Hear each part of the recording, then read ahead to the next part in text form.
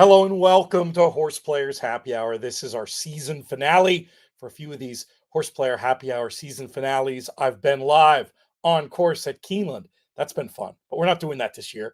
I am back in the Brooklyn Bunker once again, the brain center for the In the Money Media Breeders' Cup coverage, which is coming fast and thick, both on the In the Money Media YouTube channel, In the Money Media Players podcast, if you subscribe to that wherever you get your pods, and other places as well. I'm also a big part of attheraces.com, and we're going to talk about one of the places you definitely need to be paying attention to if you're serious about the Breeders' Cup. That's Daily Racing Form. We've got a guest coming up in just a minute to speak to that. But first, let me tell you, there's still a couple of minutes left if you want to get involved in our HorsePlayers Happy Hour last chance now for us qualifier, $179 contest, going to be starting in about 5 minutes time. You might say, Pete, you're crazy. How can I handicap these races in 5 minutes? Well, because it is a live format. You can't change as you go. But I'll tell you what, even if you're putting in random numbers, it's worth playing in this one because the house cut goes to Thoroughbred Aftercare. That's in the form of the Thoroughbred Aftercare Alliance and also our friends at Therapeutic Horses of Saratoga. So it's a great cause. And hey, you get lucky, you can win a $10,000 BCBC seat. We'll be checking in with that leaderboard. We'll also be checking in with the leaderboard at the final table. We heard from Nathan Kosinski there in the comments, one of our 10 players. This is a great group we've got for you today. We started off our playoffs with 80 entries. We're down to the final 10.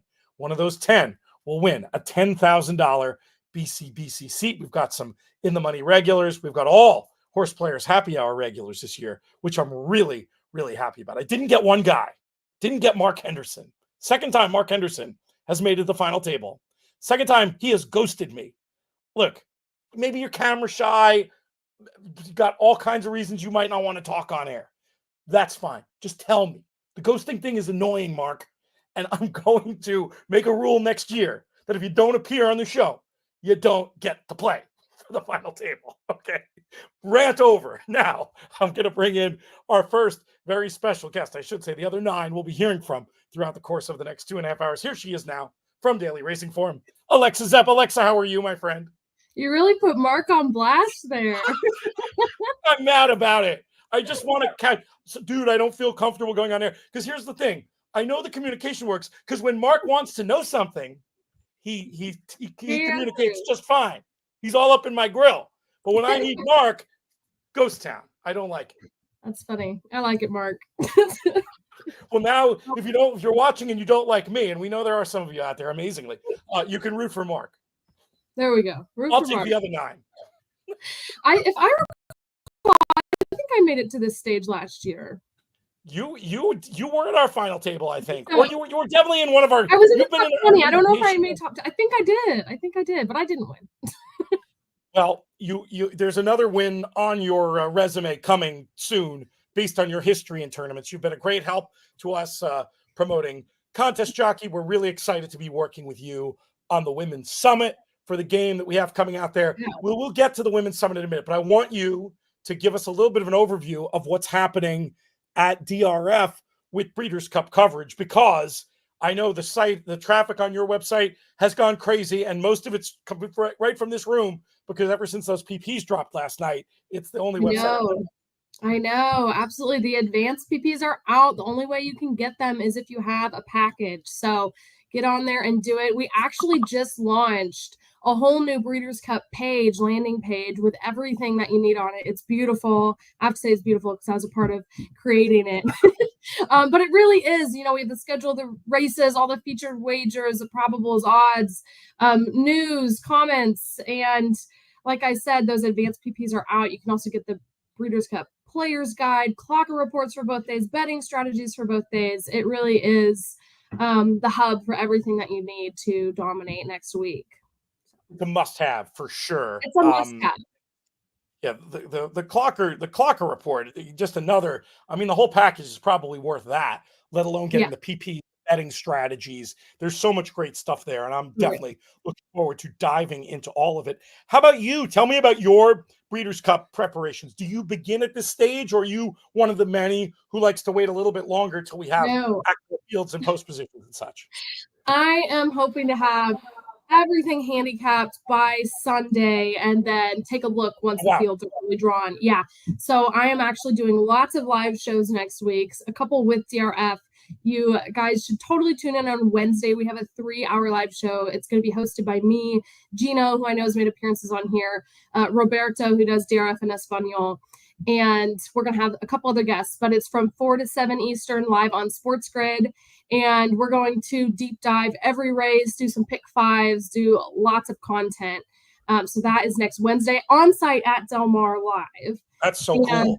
Yeah, it's going to be awesome. And then if you're a Spanish speaker or have Spanish speaker family or friends, I'll be doing the live show with DRF in Espanol Thursday morning, the breakfast show. I think that's 8 to 10 Pacific.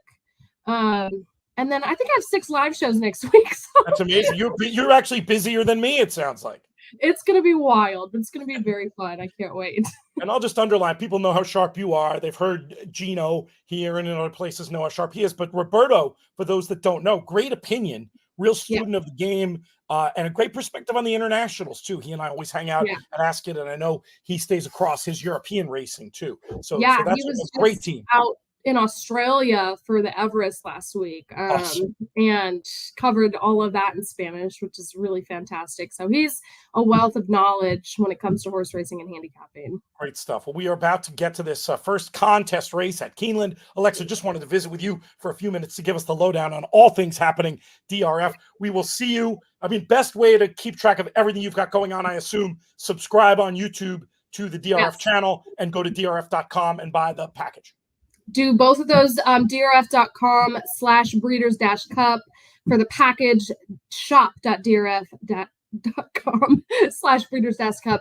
And subscribe to our YouTube, follow us on social media. That live show is on Sports Grid, so follow them on their social media as well. Excellent. And we'll give that a push.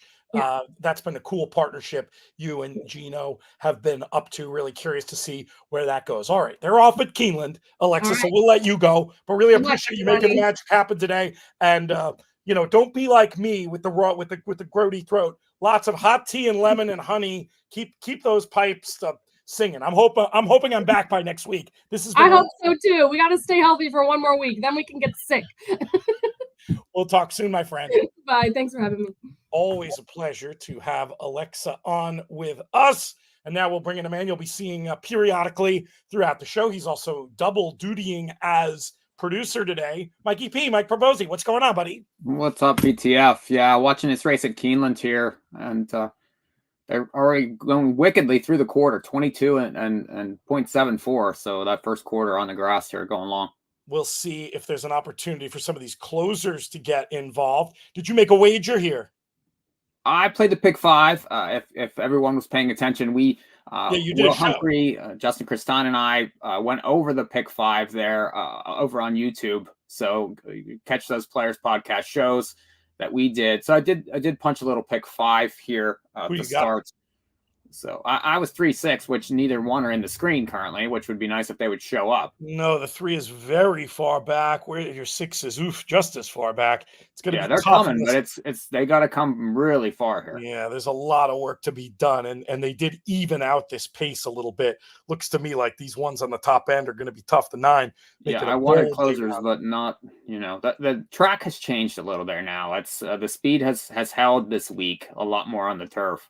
And the 1 actually ended up holding there. I thought the 9 was going to come claim the 1 late, but it comes 1-9. So a double-digit long shot to start off on HorsePlayers Happy Hour. Do you have the leaderboards there, or shall I pull them up over here? You should pull them up because I do not have them quite yet. Don't worry about it. I got it, my man. I got it. So the other thing I want to say is, normally on these shows, we like to be able to talk about all these races and make it a live racing show. Part of the reason why Mike decided to do that panel today about the pick 5 was so folks have a place where they can go and look at get selections and such for these races. So if you're an In the Money Plus person, you probably sent notes around for it too, right? Yes, we did. Yeah, the notes went out this morning, actually, for that. So inthemoneypodcast.com/plus. Obviously you wouldn't just do, you could just do that just for these 5 races, or now 4 of analysis, but you also get our full Breeders' Cup package for that, including the same team on this show doing trip notes for all of the key prep races for Breeders' Cup, grid picks from the team, horse by horse analysis. I'd say if you get our stuff and the DRF one, you're going to be in really, really good shape as far as that goes. But anyway, if you want to see picks, we're going to miss a bunch of races because we're going to be scrolling through. So nobody had the 1 in this first race. We do have Nathan with the 9, so he'll take an early lead. But Nathan must have been licking his chops, thinking he was going to have that race won. But we'll see. Still, he's going to be out there with some decent place points. 3-to-1 shot under a 10-to-1 there at Keeneland. And then here is the big contest, the qualifier. Great news. We got 149 entries. I mean, that's great support for our charities. And just scrolling through, we'll wait till we see the winners. Not many ones on that page. Yeah, not a ton for a 3-to-1 shot. For a 3-to-1 shot. And there's Brad Anderson, actually, we see with the 9 to kick things off. Brad's name will come up a bunch on these interviews that we're about to see, because he knows a lot of the final tablists, including Nathan, who had that the place points there from the final table. It's going to be fun to follow along. What do you say? Should we just get right into these? Are we close at Belmont at the Big A, or should we get right into these interviews? Let me check real quick. 3 minutes, so maybe do that one and then do the interview? Let's do that. Let's spitball for a little bit and see. What question I haven't asked you yet. How are your Breeders' Cup preparations going? I'm just starting. I didn't start yesterday. I wanted to start with a fresh brain today. Just started doing my horse-by-horse write-ups that will be appearing as part of the attheraces.com Breeders' Cup coverage. We'll also be linking to those on the free In the Money Players newsletter, which we encourage folks to sign up to, inthemoneypodcast.com/email. How about you? What work have you been doing? Has it been all trips all the time? Yeah, mostly trips for me so far. A lot of dirt race trip notes for me. That's been my assignment so far with the team. So that's where my focus has been. And obviously Breeders' Crown this weekend. So a lot of harness work that I have to do while that's going on. I'm sort of spread that way. My most time for prepping will probably be early next week. Gotcha. Breeders' Crown, it's worth plugging because not only do we have a short segment more geared towards flat players with Edison and Ray that's going to be up on YouTube and part of the late week show, but you guys are going to be doing a down the rabbit hole, longer version, tons of info, roundtable on the Breeders' Crown. Where can folks find that? Yeah, roundtable tonight, 8 p.m. And you can find it obviously on the In the Money YouTube channel and my socials, the In the Money social media platforms, and you can catch myself, Edison, Ray Catolo, John Rallis. He does work for Meadowlands. Cheyenne Chrisman, USTA, she does work for Garnett Barnsdale, definite top handicapper for Woodbine Mohawk and et al. He has his hands in a lot of things, and so those roundtables are very helpful. Very, I think, they're just, you get that deeper look into all the races. There's 12 Breeders' Crown races, so we're going to be hot and heavy tonight. It's a lot going on, a lot worth paying attention to. Did you have a chance to take a look at this race at Belmont at the Big A that's coming up? I'm trying to find something last minute that I feel like firing on. Yeah, I did not really look host fail, I guess, here, or producer fail. Didn't really get to these Belmont races. I'm heavy into the Keeneland races, though. Well, we'll get you to, again, folks can find your analysis there and get into these others. I'm just a little bit hesitant to lump on at too short a price. I mean, I'm actually a little surprised that the entry is 5-2. I would have thought with either of them, on paper anyway, having chances, you might have had a little bit of a better price there. It's a race got an open look. If anybody in the comments has a strong opinion, I do see we have some comments yet. We'll see if we can share some ideas. I'm gonna probably pass. I want to be a proper degenerate, but nothing is quite leaping out to me enough. There's some funny comments already. Thanks to Trish and John. What do you suppose this means? Please make one of these contests reasonable for the average player. What does that mean? I don't know. Probably maybe the buy-in contest for We're talking today? about the BCBC, the Yeah. $10,000 one. Well, Yeah. we've got a place where the contests are free, John, if you want to check that out. Contestjockey.com. You have an opportunity to play against some of the people who've won events like the BCBC. For right now, it's no bankroll. Eventually, there may be some money contests on there, but that might be a place to check out. And I would say having $20 an entry throughout the year on HorsePlayers Happy Hour is pretty friendly to the That's very average reasonable. player as well. Gotta jump into those. Especially with the house cut going to charity. And then, horseplayers.com, where we run our games, and that's the place you want to go to play in them. But their sister site, Horse Tourneys, also has a lot of feeders at a much lower price point. We'll also just mention we won't play favorites here. We'll mention both sites that you can play the BCBC at that also run their own feeders and qualifiers at lower price points, twinspires.com, and also ExpressBet, expressbet.com/tournaments. I mean, one thing I've been saying for years about tournaments, and I still believe it's true, is pretty much no matter what kind of player you are, there is a tournament format and buy-in level that would be good for you. It's just a great way to augment your play, and in terms of game selection, creates some of the best opportunities. So hopefully that answers your question, John. Feel free to follow up if I didn't answer it. If you meant something different than what we assumed you meant, let us know. Stu Slagle in the comments, wishing all at the final table good luck. Good to hear from him. Oscar joining us once again. We've seen his name throughout. And Mike Saletta, who's one of the players at the final table and one of those players with a connection to another one who's got a connection to Nathan and Brad Anderson. Love the idea that it's such a community of players out there. Matt Miller already trying to hedge in the contest. I don't know how you can hedge cash in the contest. in race number 2, Matt. That feels like a good way to lose extra money potentially, but you're generally good at that game. So I get doing that when you're late on and you've really built your equity up to something. But we'll see how that plays out for him. They're about to pop here at Belmont at the Big A. If you want to talk us through the race, Mike. I can. Yeah, they're loading now. I was listening to Nick Tamero and Andy Serling did a pod for this card, and I think they were heavy on the 7 here, Chris's Revenge. That was the consensus between the two of them.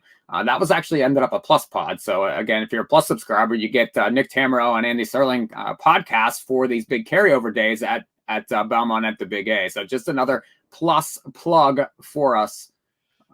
It's the perfect time of year because you can use it to buy the Breeders' Cup package, right, but then check out all the extra content and more coming down the pike. I love, since you've gotten involved, Mike, we've gotten a lot better about covering different carryovers and things. And it's an honor, of course, to have Andy with us, one of the most respected handicappers in the game. Chris's Revenge makes a lot of sense. I mean, this horse caught a whiff of money on debut and then did not break.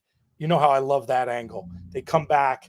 Very often they break better. They go better. This one a bit buried at the windows, but certainly a very logical contender here in Belmont 6, the second of the 8 races we'll be covering here on HorsePlayers Happy Hour, as there's one more left to load, and I'll send it back to you to talk us through. Yeah, 11 doesn't really want to go in the gate here. Taking a sweet time. Looks like they're all in now. And they're off now. So, and 4 stayed in the gate there. So, you were on the 4. He's about 5 behind. 1A popped the gate and opened up about 2 lengths there. A number of horses chasing the 5, 6, 7, and 8 in that second flight. And then the 10 just off of them. Taprit's Temper, 53 to 1 shot there, but it's traveling well enough. What do you think about where this 7 is? I was nervous when falling back between horses, but seems like in a better spot now. Yeah, it looks to be chasing a little, though. So, definitely going after the leader at this point. 1 though seems to be has that one's measure right now and is starting to open up on the turn. He's going to be tough to beat here, looks like. Yeah, I don't see what else is coming. I mean, this one would have to stop. Did have some early exertions, but I see a lot of wheels being spun. Maybe this horse down at the rail trying to make a run, but looks a little late. 7 engaging again, though, as the one gets tired. This could be I think this one might just be gassed. Maybe Chris's Revenge will stick this neck in front and stay. 2 flying from the back of the pack, but got to be too late, right? Yeah, way too late there for the 2. 7-2-1-A. Indeed. So your 8-5 favorite wins there in race 6, and not sure how that shapes up for the leaderboard, but maybe could In be the very 10-runner popular. event, it could be huge. Let's take a quick look at the 10-runner game, and then we'll get back. We'll do our first. We'll do a whole bunch of interviews in a row. Well, Nathan, it's good news for Nathan because he already had those place points, and then he is one of 2, including Mike Saletta, that had that one on top. So yeah, very good stuff. And with that in mind, I think we should get to some of these interviews. Absolutely. And the first one is in the money, certainly key contributor. And of course, I'm definitely rooting for James Malar here. So good friend of the show. We're going to jump on. And our first final table contestant is a man who's been extremely involved within the money media for the last several years. I can remember talking to him years ago from the Sky Bunker up in Maine when he was thinking about getting involved in horse racing. He has done that. It's been a tremendous benefit to us. But the funniest thing is, for a guy who I've known for, probably going on 5 years now, first appearance on the show. Great to have you with us. James Malar, what's going on, buddy? Yeah. Hey, Pete. How's it going? Things are good, man. Very excited to have you. I know you've been a racing fan for a long time, evidenced by that fact that you wanted to get involved in the industry and have done so, helping us out behind the scenes, doing operation stuff for In the Money Media. But tell me a little bit about your journey as a player, specifically with contests, because I'll admit I hadn't seen your name on a ton of leaderboards before the last couple of years of HorsePlayers Happy Hour. Yeah, that's true. I mean, I grew up loving racing, as you mentioned, growing up in Saratoga and everything. And then, contests, I kind of stumbled upon them really probably years ago, back when DRF tournaments was still a thing. And we were part of that. yeah, exactly. Kind of got involved that way. But I mean, I didn't really understand or know any of the strategy components to it all. And then, the past few years with HorsePlayer Happy Hour, getting more involved. And this year I kind of made the decision to take more of a shot and commit to the weekly contests and everything. And that seemed to go pretty well.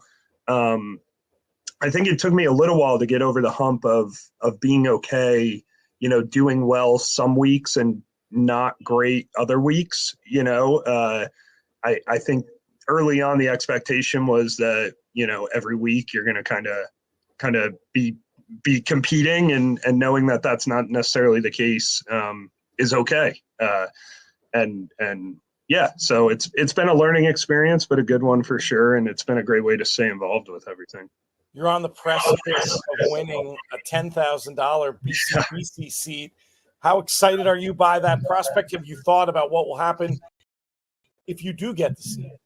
I mean, I've been trying to lay out what my strategy would be. Of course, being able to talk to Drew and knowing our connections with Sean and Matt Miller and a whole bunch of JK, of course, right? So I know there's a lot of expertise out there. I've been trying to kind of figure out what my goal number would be and how to work back from that, and some of those strategy pieces that folks have talked about, but also trying not to get too far ahead of myself. And part of me says focus on Thursday and then let the rest kind of figure itself out from there. So this year is a little bit different than some of the previous years where we have these early draws for the races for these Thursdays. You can theoretically be diving in. You and I are talking 9 a.m. Monday morning. You could already be handicapping. How different do you see your process for this final table and these races than what you've done all year long? Yeah, I will say I did take a look over the weekend and started diving in a bit. Some of that's probably more excitement and anticipation than anything else. Normally it's kind of a night before, take a look and try not to overthink it, right? Kind of stick to some of the fundamentals that I try to implement in terms of pace and class. Definitely a big time form US guy primarily. So using those PPs to try to figure everything out, but a bit more on the line this time. So diving in a bit earlier, I definitely don't think it's a bad thing. I just want to make sure I don't overthink anything or try to get too cute and just kind of stick to what's got me here, I guess. It's a little different now, going back to the top 10% advancing. Essentially 1 of 10 wins the prize. The last few weeks, with just having to finish in the top half of the field, did that change the type of horses you were picking? Were you having a lower goal as you made it through the playoffs, and do you have to sort of switch back now that we're in the finals? Yeah, exactly. I've been trying to kind of go back and look and see, as far as the past few contests, what the winner's strategy has kind of looked like, and what kind of shots are they taking, how many shots. You're kind of in a position now where really 1 or 2 big horses throughout the entire contest could kind of set you apart. And but at the same time, you don't want to give away some of the 5-2, 7-2 winners and things like that, and get yourself too far behind. So I've thought about that a bit. I really think what's helped me the last few contests is just trying to figure out who I think the most likely winner of the race is. And then from there, just kind of backing that out from an odds perspective and seeing what kind of total that could eventually give me, and if that'd be competitive. So I think that'll be the starting point, and then we'll kind of go from there to adjust if needed. I like the holistic approach you're taking to contest, win, lose, or draw at this final table. Sounds to me like something you should maybe be looking to make more of your arsenal, especially in this day and age where between all the different people in the space, our friends at ExpressBet, our friends at Twin Spires, of course, horse players, horse tourneys, there's just so many opportunities. I truly believe it still is one of the best ways in terms of game selection for an analytical player such as yourself to go and compete and win. Yeah, absolutely. I think, it's being able to read some of the content that guys like Drew produce in terms of how you would play kind of a live money contest and things like that, and setting a goal, working yourself back. And it's been a great way to get more involved. Some of those bigger stabs are harder to get over the hump, in terms of some of those $1,000, $2,000, $3,000 entry fees and things like that. So this has definitely given me some confidence, though, to feel a bit better going forward. And I think I'd love to start expanding that arsenal a bit.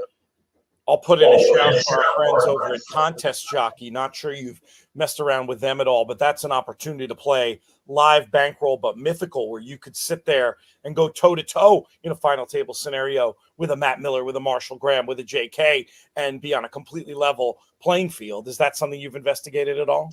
I haven't dug in yet. But yeah, absolutely. I mean, the opportunities that something like that would present, and being able to kind of see where you stand in terms of some of the big gurus in the contest space would definitely be fun to take a hack at, for sure. We'll spend our last couple of minutes talking about the Breeders' Cup, specifically starting with this year's running. Have you gotten far enough to know, are there any horses you'll be playing on Breeders' Cup Day, whether it's at the BCBC or in your own cash play?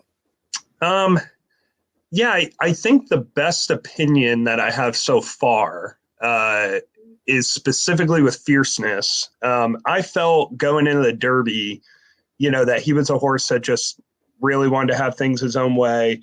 So I played against him there. And then coming back in the Jim Dandy and the Travers, I felt like his outside post really was going to allow him to kind of dictate his own terms and do his own thing. I'd kind of love to play against him if he is drawn inside or drawn somewhere where, he might be inside some other speed or things like that, and may not have things his own way. City of Troy, Forever Young kind of jump out at me a bit. I don't think there's any older horses on the state side that scare me too much. So that's probably my strongest play to this point, but I definitely got to dive in more, start watching some more replays and getting up to speed. But yeah, I think there's a lot of work that can be done. Obviously we have the whole inthemoneypodcast.com/plus side DRF with their great package. You can start the work as soon as you want. And you make a great point about how important that draw is going to be, depending on what kind of post Fierceness gets. Yeah, middle out, I like him a lot more probably than drawn down inside. But I don't know, he may have also just matured. Quickly, before I let you get out of here, give me a favorite Breeders' Cup memory. Ooh. Oh man. Back when I was younger, my dad went down to Belmont the year, I think it was the year St. Liam won the Classic. So that would have been 2006. 2006, 2005, somewhere in there. 06 might have been Invasor, if I remember right, at church. I'll look it up while we talk. Yeah. Anyways, but I remember looking through the card. I was pretty young back then, but I told my dad I wanted $10 to win on Silver Train in the Breeders' Cup Sprint that year, and I verified that they were going to take him down. Who was the Taste of Paradise? Maybe, if that sounds familiar. I think that was the horse that he kind of bumped in the stretch, and I was worried they were going to take him down, but they didn't. And Silver Train was my first real big Breeders' Cup win. So. That's probably the best memory I've got. That's a good one. It was 2005. Good memory. I was there, and the brain just doesn't, function to that level at this point. And I'm just checking the results charts quickly, and you nailed it.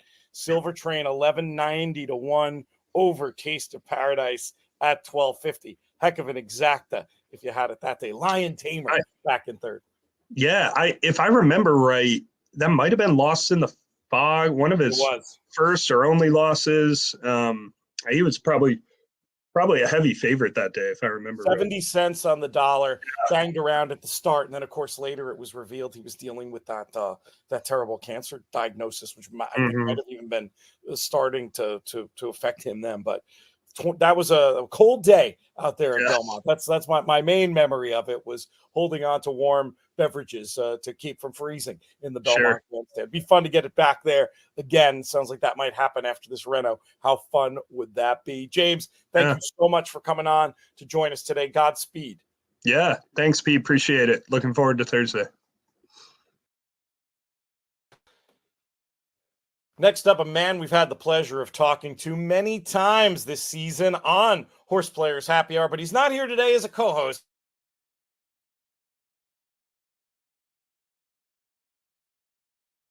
For us, my usual joke. Oh, come on. This is the usual garb. You know that. Happy to be here.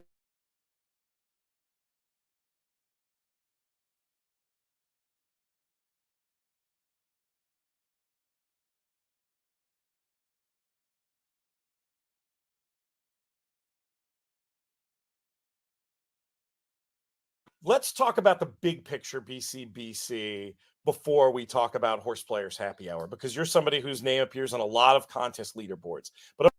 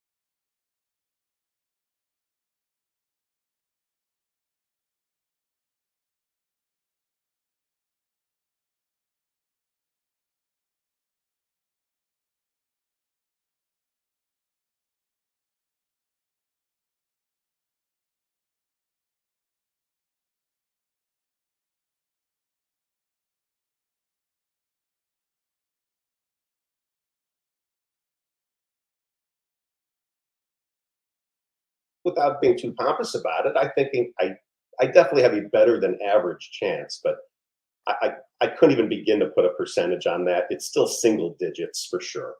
Right. That makes sense. I mean, there's a lot that has to go right. The book is A Better Way of Thinking, abetterwayofthinking.com, the place to get it. I'm also going to do a little excerpt. I'll run this by you, production meeting in the middle of the show, in the Money Media style. I want to do a little excerpt about the BCBC and your sort of core strategy that we're going to send around to our In the Money Plus audience. It'll essentially be a big ad for the book, but folks can look for that inthemoneypodcast.com/plus if you want to learn more about that package that we have ongoing for sale. But I just wanted to ask you a general question about the book and how it's been going in terms of your experience writing it. And, you know, I know for you, part of writing the book was wanting to get your ideas about this stuff out in the world and meet more people and make more friends in the game. Has it been successful in that regard? The best. I can't believe how nice people have been about reaching for me by DM on Twitter or getting my phone number from someone. I've been a little surprised at how many people have read this and just want to tell me their story or ask a couple questions here or there. Some people have been incredibly generous in saying, I just want a tournament employing your strategies. I'm going to meet you at the NHC. Can I get you a drink? And I mean, I feel amazing. I think I say it real early in the preface. One of the main purposes of writing this book was almost to address myself, the horse player, 20 years ago. And gosh, would this have made me better back then? And so I'd love for the lessons I've paid for to just help other people. So I've had a wonderful time with it. It's been shockingly positive. Everyone's been super nice. And yeah, lots more friends and great stories.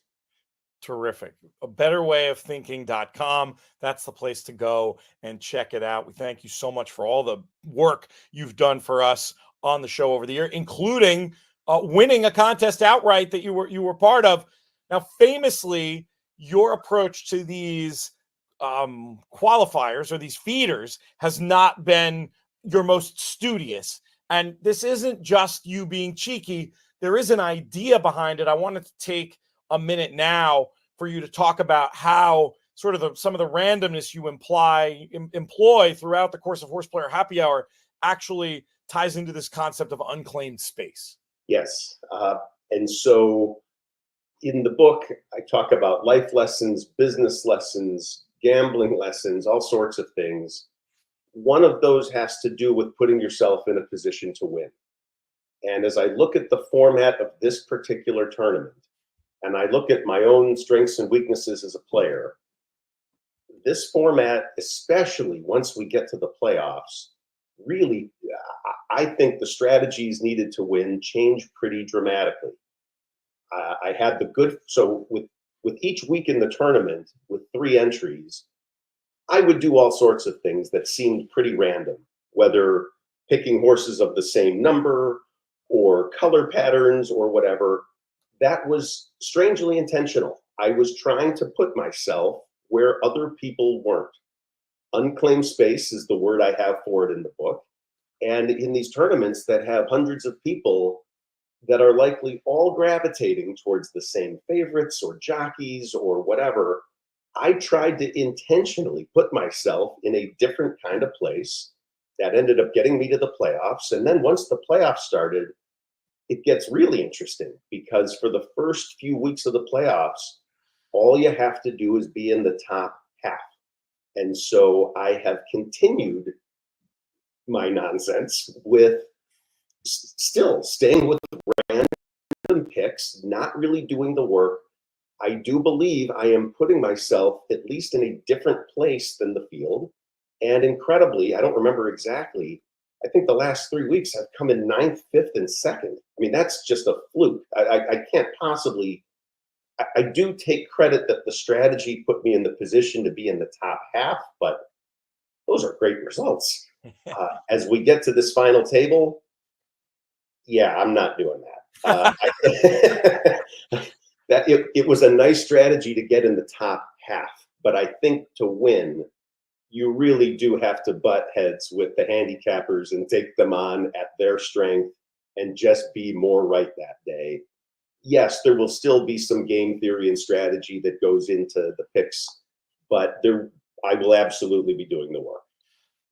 And for you, what does that mean for a contest like this? Well, we talked about your process for the Breeders' Cup itself in the past, but I've never really asked you when you're just traditionally handicapping a card. I know you're a big market signal guy. You'll be able to have market signal on the first, I don't know, depending on how it all shakes out, maybe 4 races, looking into doubles, etc. I mean, it is half the contest. You can look at how things are being bet. How much will you use that versus looking at the paper, etc.? So as I outline in my book, I'm not shy about admitting to getting help from better handicappers. So the person I'm talking to runs a wonderful network with all sorts of great shows about the weekend races. Our mutual friend Howard Kravitz does the same thing. I'm not sure I could even beg you guys to run a special on these particular races. So I'm really off on my own. I will be starting with the DRFs. That is going to be somewhat of a cursory, maybe 10 minutes a race. I have found Equine Edge to be helpful in certain respects. There's a few angles there that I will go check to see if my read on the DRFs are the same as what Equine Edge has to say. But after that, I would say market signal, odds, and strategy will dominate the picking. But yeah, I'd say a solid 10 minutes a race, followed by taking a look at the card on Equine Edge just to see if there's differences or similarities in the way we were looking at things. There's got to be a way to bring in that idea of unclaimed space / that little bit of randomness with traditional handicapping. A lot of us make a short list when we look at a race, right? And I mean, can it be, I guess in a contest, it's not as simple as take the longer price of the 3 that you like, because there's probably other people doing that. But maybe does it let you take one simple angle that's divorced from traditional form study and go with that? Is that kind of what you were getting at when you talked about a certain metric on Equine Edge? How do you blend the two? So for Equine Edge, I've done my traditional handicapping on the DRFs, and I will then look. I mean, this is getting a little in the weeds, but they have some really good stats on breeding. They essentially, much like the Beyer speed figure, they have this, I think it's called a GSR, that essentially represents a number that represents I'm not going to represent them well in the way I describe it, but it's a breeding figure. Let's just call it that. They also have a good set of pace figures, and they do a nice job of saying when a horse has a particular pace edge. That happens to be one of my angles. I like speed horses that I think are just going to get loose and be by themselves. It's funny that a buddy figured out, I think it was last year, I do have a reason for that. I am rather colorblind and have a hard time picking out my horses in the middle of a field, and it's much easier to see them on the front end. That honestly was the birth of that angle. But so I'll look, and I'll just look to see if, Equine Edge also publishes their own morning line, and I'll just look to see if there's a wild variance between something I thought and something they thought. So, I'm not harsh when it comes to services or whatnot, but I do not blindly follow anything. It's all data points that I'm taking in. I do think there are people, frankly, that follow that stuff more blindly than I do, and I think it puts them at the risk of groupthink. Right. It would be awfully terrible if there were 2 people at the final table that just took the in the money picks for the whole day. That's going to be a big problem for both of them. You need to distinguish yourself somehow. I'm pretty sure that what I'm doing is different enough. The question I'm going to have, and I don't mind almost posing it to you or myself as we're talking here, there's only 10 people at this table, and I think it's a pick and pray format again. It is. My gut tells me this group is going to get conservative. My gut tells me they're going to think that hitting 2, 3, and 4 to 1 shots is going to be enough because there's only 10 people. And so I may zag when they zig, and I may just target an odds range that I think, right, maybe I only need to hit 2 horses all day, where they're going to need to hit 4 or 5 potentially. I don't know. It's something I'm throwing around. I do tend to play favorites a lot, so I'm inherently uncomfortable with what I just said, but I might do that. We'll see. That's great. Well, we'll be following along. We're going to have you as part of In the Money coverage going forward. It's been a great pleasure to work with you on a better way of thinking and to work with you throughout the year here on HorsePlayers Happy Hour. Godspeed at the final table, my friend. Thanks, and thanks to you, the unpaid ad here. Thanks to the Breeders' Cup. Thanks to Horse Players. This has been terrific fun, a great way to build friends throughout the season. And yeah, fingers crossed that I can get it done next week. Always fun talking to Matt. That was not a producer fail when we lost the audio briefly. That was a host fail. I was hitting the wrong button, trying to mute myself, trying to multitask here during this final season finale of HorsePlayers Happy Hour. So apologies for that. Not Mike's fault. Entirely mine. Meanwhile, race number 6 is in the books at Keeneland, and it came 12-1-6, a 5-1 shot, getting the job done there. That a very tight photo for second. It looked for a long time like it was going to be the 6 to get it done, but I think it was the 1 down on the inside came back and got that photo that could prove decisive. Let's see what our 10 players did. It's not loaded. They've not gone official yet, so we'll wait for that, and then we'll tell you what our players did. Mikey P, did you happen to look down the leaderboard? Did we have anybody with this 12? Let's see. I did not, but Michael Domable did. Yeah, 12 was actually my top pick too on the Very nice. And again, not red boarding. If you watch the show, not at all. It was funny that Matt was saying on the show, "Oh, I wish there was going to be an In the Money show on these races." There actually was, but he, despite all his protestations, he just put in the comments on the side that he basically used a friend as a human number generator. So he couldn't in the end do the work, or didn't want to do the work. But we'll see how it works out for him here. I would not have advised random numbers against this crew, though. But we'll see. I mean, it could work out. You only really need to hit 1 if it's the right price, honestly. Yeah, lots of people with the 1 here. 4 players with the 1 there finished second, so get some place points there. But In the Money alum here, Michael Domable, nailed the 12. That was a nice pick, 5-1. That should rocket him to the top, I would think, of this leaderboard right now. I would think so. Once this goes official, go ahead, and you're sharing the screen now, right? That's you or me? That that was me sharing it, but go. Yeah. No, it's your screen though. It's your. It's my screen, so I have to. I see. You promoted my screen to the thing, so I can, which means I can, if I can find it again, which is a big if. Scroll down and show it to people, but I have too many windows open and I have no idea where it is. So I may just see what I can do about that. I might just start that from scratch is what I might do. That'll work. So yeah, let's do that. We're going to do a little bit of this, a little bit of that. Meanwhile, they're getting ready to go at Belmont. What did Nick and Andy like here? So Nick and Andy were both on the 3 here. The favorite, El Grande 7-5 though. I think maybe they were thinking this horse was going to be shorter in here. The 5 classifies 2-1. They're betting that one into this horse. Certainly right now. Actually, even money. The 3 just dropped to even money now. Okay. Not a surprise. On the favorite though. Yeah, not a surprise based on this is a horse that has some big back races for sure. Know that without even looking at the PPs here, as it is post time for this 7th race at Belmont at the Big A. And there is the final table. It is not updated yet, which not official yet. So, which is strange. I don't know what's taking this Keeneland race so long to go official, but we can look what top players had in this Belmont race if you want to pop it back up there. Mm-hmm. So let's see. Definitely threes, actually. Yeah, the 3 is represented by players who already have points, but a lot of different ways to go. Interesting. You can see, I've heard all the interviews. You guys will hear them as we go, but I know Nathan and Michael use one of the same data sources. Interesting to see them with a lot of the same picks as a result. The difference between those two is only going to be decided in a couple of races. They are off here at Belmont at the Big A. And favorite had a decent break. Is in that second flight. 3 big long shots out front, but I kind of like the way the favorite's going. I wouldn't be panicking yet. No, down inside here. Looks to be moving forward up on the rail. Definitely interested.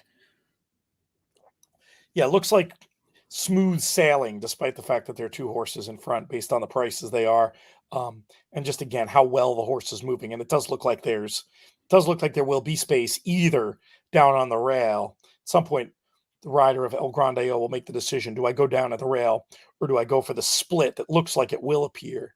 Interestingly, we see some horses now rolling from the outside. They might be the bigger threats to the favorite than the ones in front.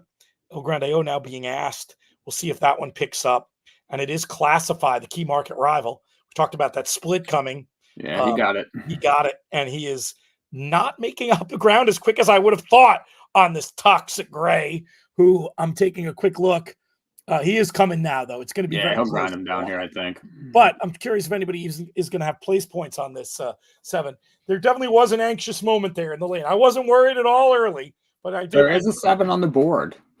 David Pyrz. David Pyrz will pick up some very valuable place points there. Yeah, 18 to 1 there on that one. He would have been in fine shape. He had a very exciting moment there, did David? Yeah. As things were going along. So let's do both leaderboards and then get to the next interview. Do you have the next one teed up?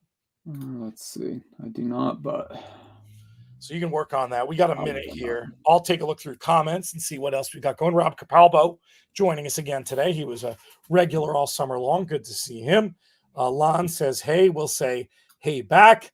Oh, there was was this why the Keeneland took so long? There was a dead heat for second place. Oh, and David's in the comments.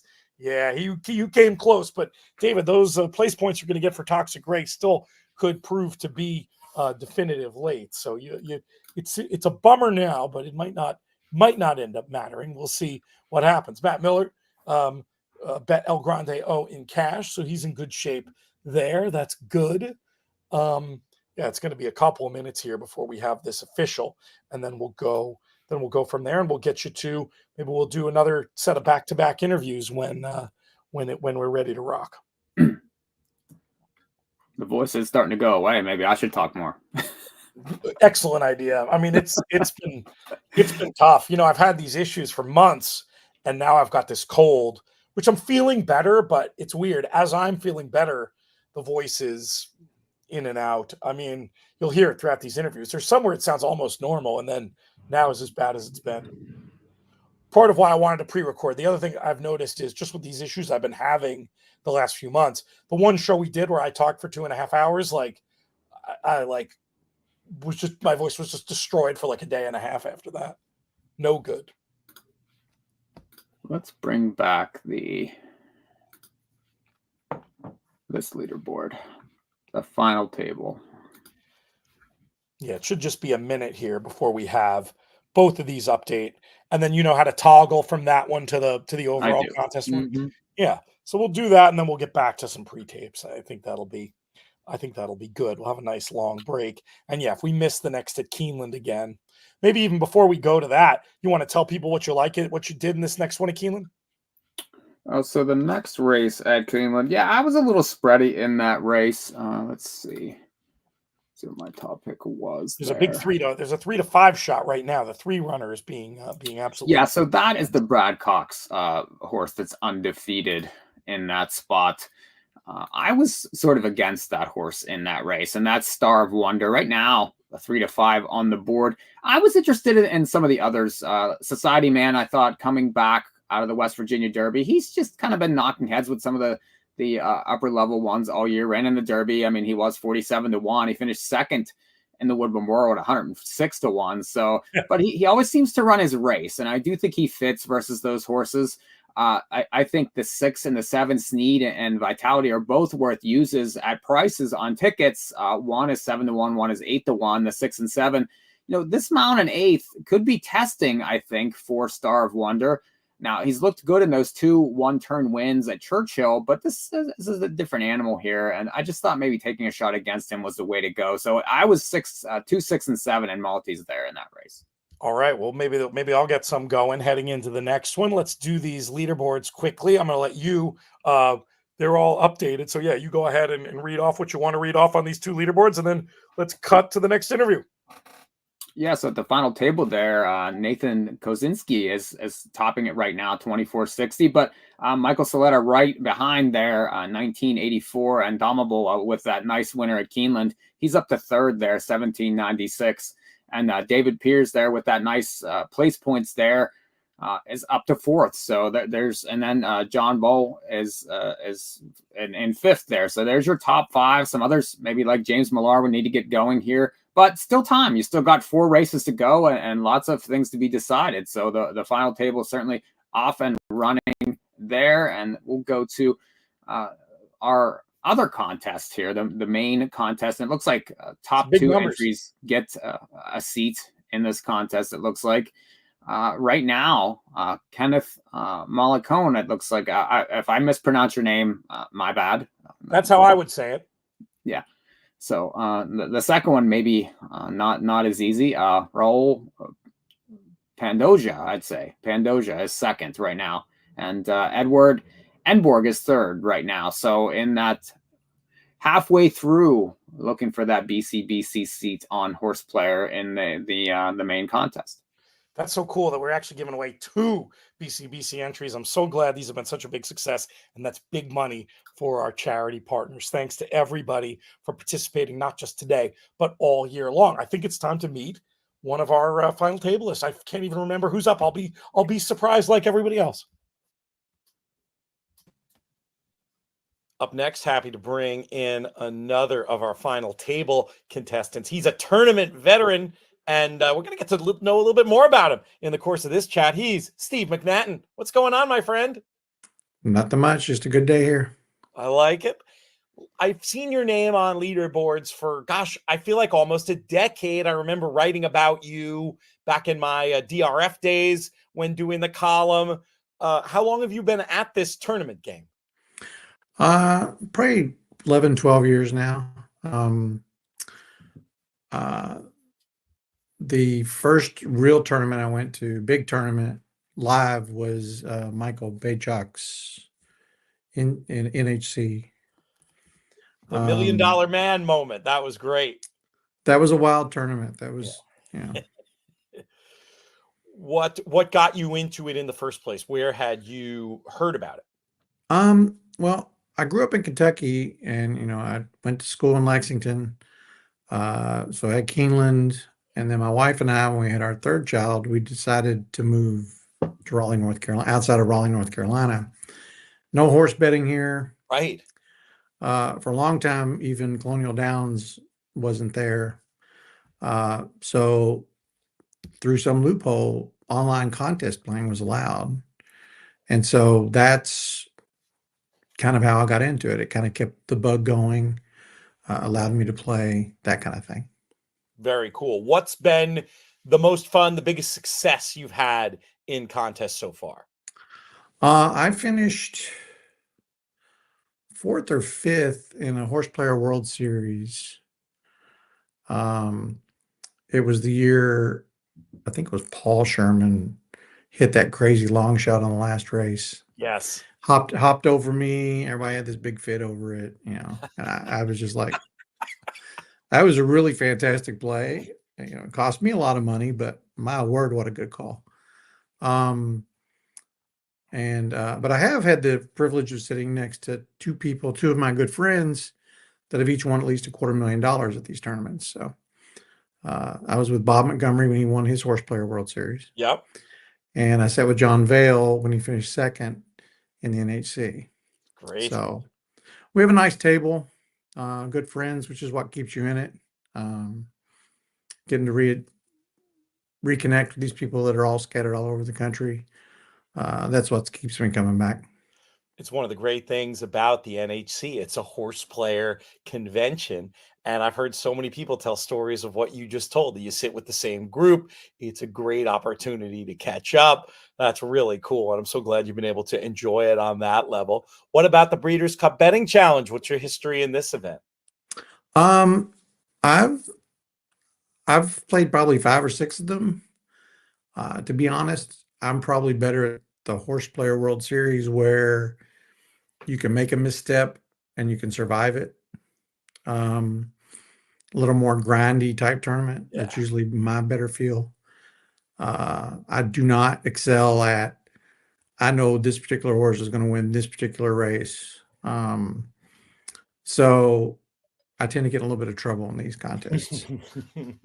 Have you thought about a new plan, a way to stay out of trouble? I mean, there's also just the idea of taking your bankroll for the Breeders' Cup Betting Challenge and playing it almost like a mythical tournament, just trying to get up in the lower rungs of the prize pool. Maybe you get an NHC seat, have a great day, walk away with some money. I mean, you don't have to push all in for the win necessarily. What will your approach be if you are the winner at today's final table? Oh no, it'll be the same approach that, I've done this like at the pick your player. I'm kind of a more build it up in small steps, and then at the end be able to push, a decent sized bet through the window to have a realistic chance to hit the top. You catch lightning in a bottle, that type of thing. Yeah. These trips for me, especially the Breeders' Cup trips, have turned into really family events. We're going to have about 12 or 13 people there this year. That's great. So I have a lot of people watching me and going, are you really going to push $20,000 through on this race? And, a couple of them are like, hey, my kids are mostly grown now, but a couple of them at the time were like, hey, that's tuition next year. We could use that. So there's been those kinds of things that go on with that. I don't think I will ever be the type, even after the kids are all grown and all the bills are paid. I don't see me ever pushing $60,000, $70,000 into one bet. It's just not, I know it's not my strength. Right. Some of these cool constructions like Jonathan builds, whether it's like multi-tiered doubles or exacta type bets, I could see me doing something with that if I had a nice bankroll going into the end. But just shoving it all into winner place, that's just not my style. No, you got to go with your handicapping and betting personality. And the great thing about the BCBC, with so much prize money on the line, there's room for a lot of different approaches that can still yield dividends. Tell me some of your Breeders' Cup memories. Do you typically attend in person? What are some of the races that stand out when you think back over the years? Well, the first one we went to was 88. And so my memories of that would be Alashiba. Oh yeah.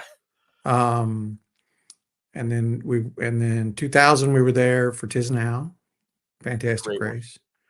And we had lucked into fantastic seats that year. So that was really nice. That was a nice Breeders' Cup. And then we didn't go really until the first Keeneland Breeders' Cup. And then my kids started going, and now the kids have kind of taken over, because like we've got 2 Del Mars going in a row here, and I'm already going, it's cool if we don't go next year. We've already been to a couple of Del Mars, and the kids are having no part of it. They're already, they're already locking it down, and I pay for most of the trip, so I understand it's a free trip, and we do cool things when we're there. We'll go to the San Diego Zoo on Thursday. It's a great family trip for us.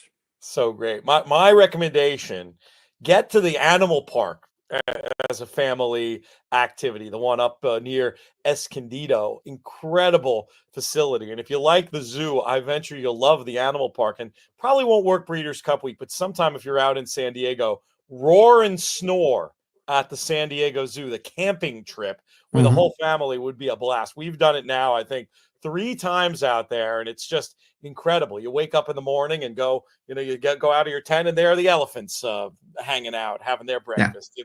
It's a real hoot. So tell me about your professional life a little bit. What do you do for a living?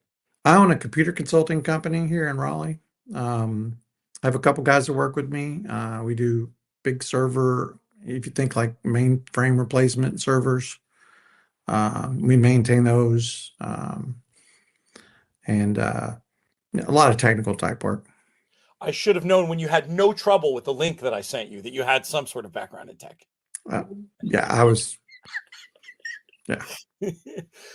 How do you feel about using technology on the handicapping side? Is that something that's of interest to you, or are you more of an old school pen and paper in the form? Well, I was probably a little ahead of my time, which kind of soured me on it. But my master's thesis is actually was actually a horse racing expert system. Oh my goodness! Tell me about that. Well, this was in the late '80s, early '90s. So data was expensive. You had to hand enter it. Brutal. Or you could BrisNet, like past performance things then, were for a college student crazy expensive. Right. And so I just wrote some software that essentially went through and goes, if you're in this type of race, here are the things you look for. And it kind of automated it. And it broke even. It's tremendous. But we didn't have the processing power then. I mean, if we had cloud computing then, that probably would have been to my detriment where I would have gone with everything. But we did, so I did write that. I got my master's with that. And did a lot of field research at Keeneland for this. I had to go out there. Sure, it was exhausting work. Exhaustive, had come up with I had to come up with 2 rules every time I went, so it's like, what 2 rules can I come up with today? And it was good at the one thing is it taught me, which wasn't obvious to me at the time, that different races have completely different requirements to win them. Right. You kind of understood grade 1 was different than a maiden claimer, but even a 2-turn race at Santa Anita, like a cheap mile Santa Anita dirt race, is completely different than a Keeneland 1-turn turf sprint. Yeah. What you're looking for, what you want, those kinds of things. And that's kind of how I handicap now, is I have kind of like a little toolkit for each kind of race. Love that. Do you use computers to do it, or is there a manual element? Or how do you integrate your computer background with sort of traditional handicapping / I almost have no code that I use for it. I use Formulator. I take notes. I watch replays. But as long as we've been in it, a lot of this now is pattern recognition. Yes. I mean, you kind of see, yeah, this horse is 3 to 5, but I've seen this song and dance 100 times. I don't trust it. Well, this is an interesting long shot, and growing up at Keeneland back then, there was Carl Nafsker every year showed up with a horse with 2 really bad races. He would go 2 turns and pay $40. And I paid for a decent amount of my college with that. Catherine Ball used to be another one. And you just kind of learn these patterns. And that's kind of what I look for. I love it. I'm sure having the background looking at the data makes that feel that you're using in that intuitive process much more powerful, because it's actually based on something. It's not just, the problem with the human brain is we'll recognize patterns sometimes when they're not even there. Mm-hmm. But being grounded in data like that has to be an advantage, I would think. Yes. I think it is. But, my wife, who probably is frankly a better handicapper than me, some of the things back when we met, hers were like, that's a really cool name. You would not waste that really cool name on a bad horse. And she was, especially like Claiborne Farm, these really cool names. And she was almost always right. She was like, you're not going to put this really cool name on this horse that can barely move. And she knew the silks. So she automatically went towards the quality horse farms, that kind of thing. It's a good way. It's a proxy for knowing the ins and outs of the female family. If you know especially back then when people were breeding to race more, it's valuable info actually. Oh no, she would knock you down back then to bet a Phipps horse. I mean, she, it's like, give me my money. I'm going to go bet the Phipps horse here. And so there's lots of ways to, I think to go with this. And, clearly the guys with lots of computers and a lot of processing power, they have a really big advantage now. Mainly from just being able to come up with what's value and what's not. Yes. But, I think if you just stick with what you're good at, you're going to be better off. game selection, knowing yourself, all important ideas. Steve, thank you so much for taking time out to join us today. Best of luck here at the final table. Very anxious to talk to you again soon. This was really fun. I appreciate it, Pete. Have a good day.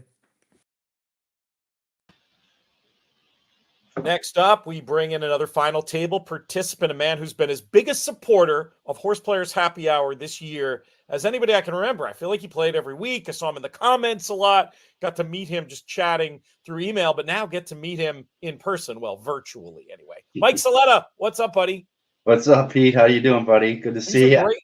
I'm so happy to be chatting with you. I was tempting to reach out to you during the year because I was so impressed with some of the work you were doing on there. In the end, didn't quite deliver the end of year title, but hey, you might get that BCBC seat anyway here for the playoffs.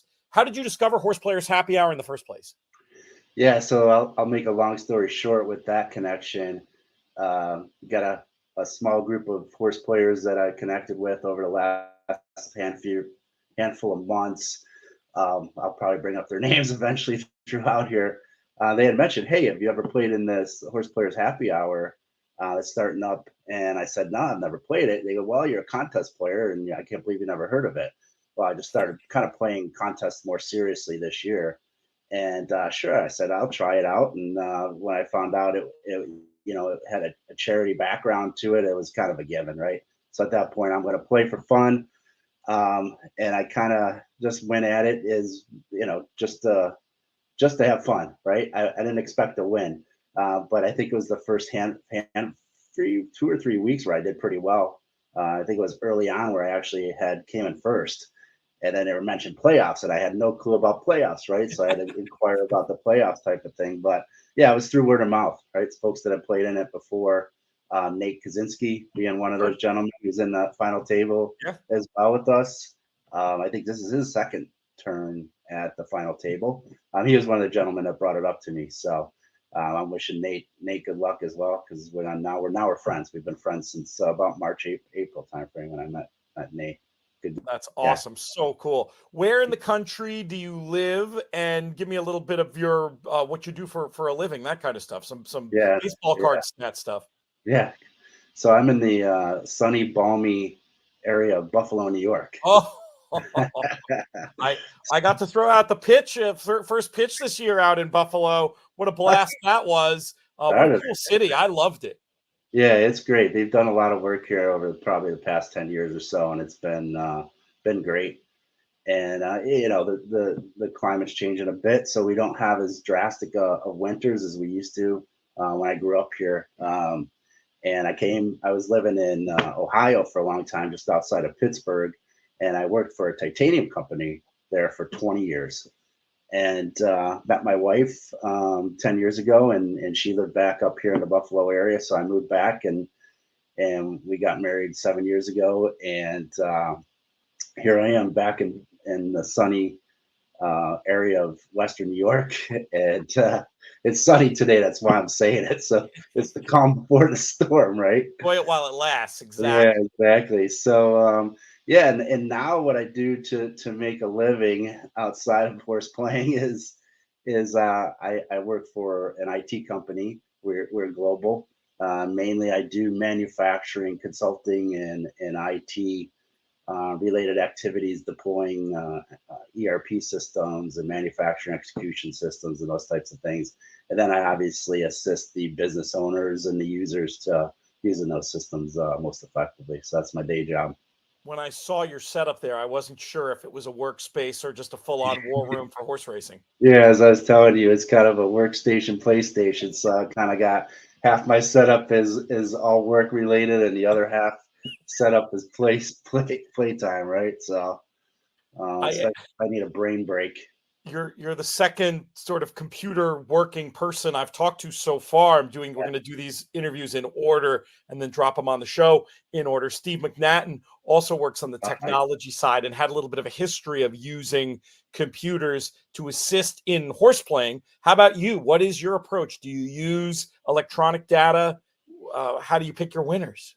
Yeah, so obviously back in the day, we didn't have this luxury of having all this data at our fingertips. So I was the old form guy, and really started in harness when I was a teenager. I had buddies from high school that were into harness racing, and their families into harness racing, owned horses and such. So that's kind of where I got in it. Went to Buffalo Raceway periodically with them, and then my dad, and then our family. We would make a monthly excursion to Buffalo Raceway just to have fun and have dinner and stuff. Yeah, I think recently, and really most recently, within the last 4 months, I came across this group, which I now became pretty close friends with, called Equinedge. Oh, that's funny. We talked about Equinedge, not a sponsor, but we spoke about them extensively with Matt Miller as well. You're part of that group, right? And now Matt's engaged, right? He likes the product too.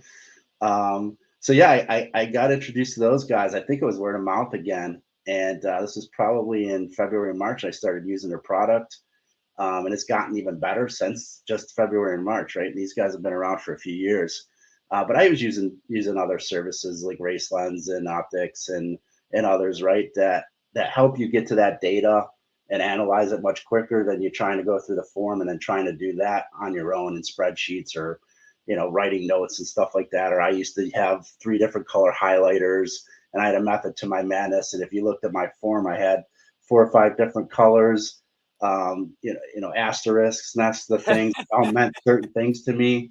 Right. So that's how I used to do it. Now I have that all on the screen in front of me. And with me being a technology geek in a way, it's kind of led itself to my, I guess, more understanding of processing data quicker and coming up with a conclusion quicker. So, yeah. It only makes sense. No. What about the Breeders' Cup specifically, have you played in the Breeders' Cup betting challenge before? How will your handicapping change, if it will at all, for a big event like that with these horses we've been following all year, as opposed to just sort of, this random Thursday at Belmont at the Big A in Keeneland? Yeah, that's a good question. I have not. So I've never played in it. This is my first year trying to take it semi-serious.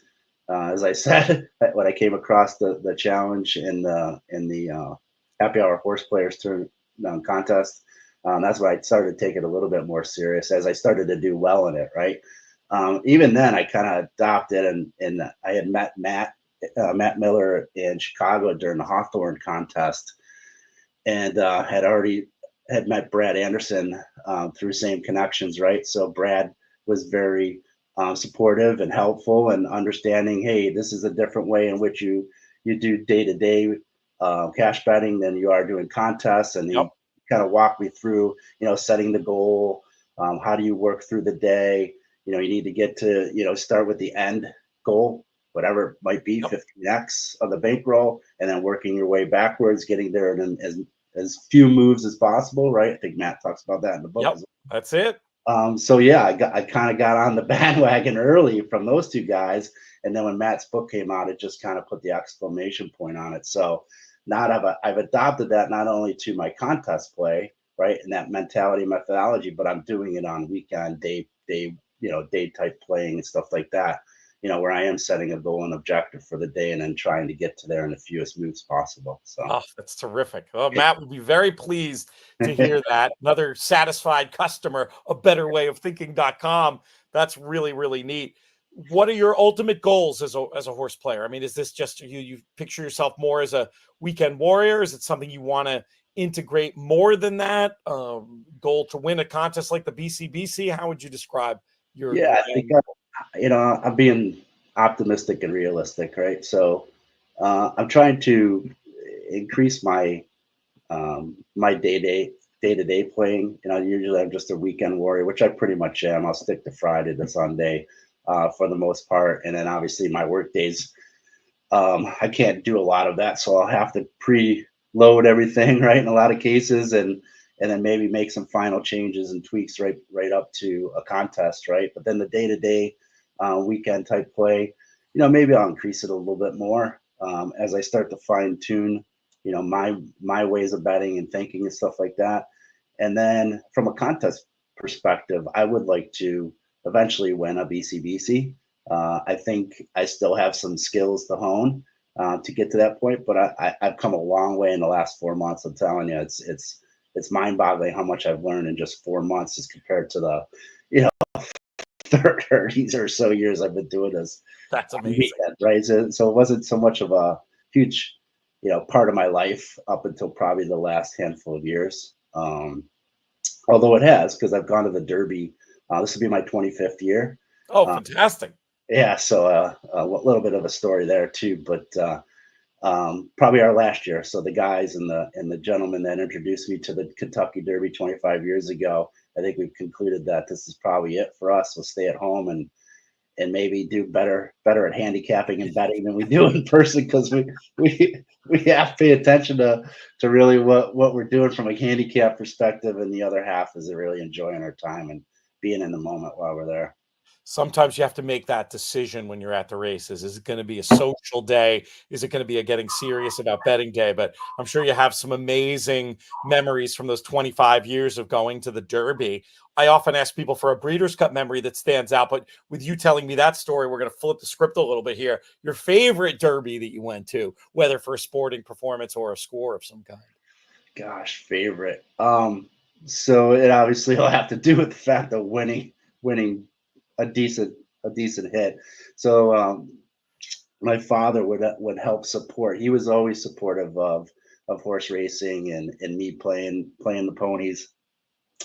So he would be a financial backer for me for the Derby, but we would focus on Kentucky Oaks, Kentucky Derby, and we'd only play vertical betting. We bet a win bet or two. We do the Oaks Derby double, and then we concentrate on trifecta, superfectas, and those two. And back in the day, I didn't know so much, so I was doing a lot of boxing, and then I started getting into keying, and I started to get a little bit smarter with our bets and our money as the time went on. So the year, I think it was Animal Kingdom that won that year. I think we hit for like 9,800. We probably spent 480 on the race and won 9,800 that day. And he was ecstatic. I had him on the phone. We're hollering, hooping, and hollering over the phone at the track. So it was a pretty special moment with my dad. And I always remember that. My dad passed away unfortunately, the year we got married.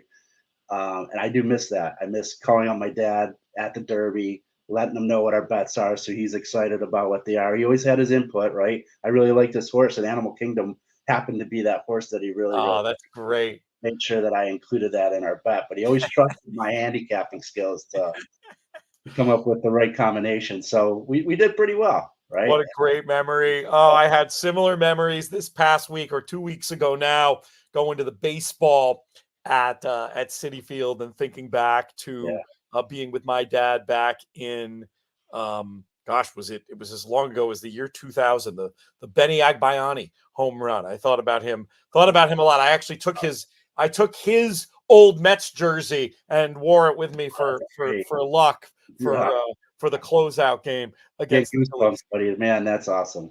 I can relate to those exact kind of memories. Yeah, and we lost him also in a significant year. He never actually got to meet my daughter Perrin, but it is great. These family, we've heard it from other contestants too, the way that these family ties, the generational ties, whether it's horse racing or baseball, it's a great thing. Last question for you. What would it mean to you at this point in your horse playing journey if you were to win this BCBC seat today?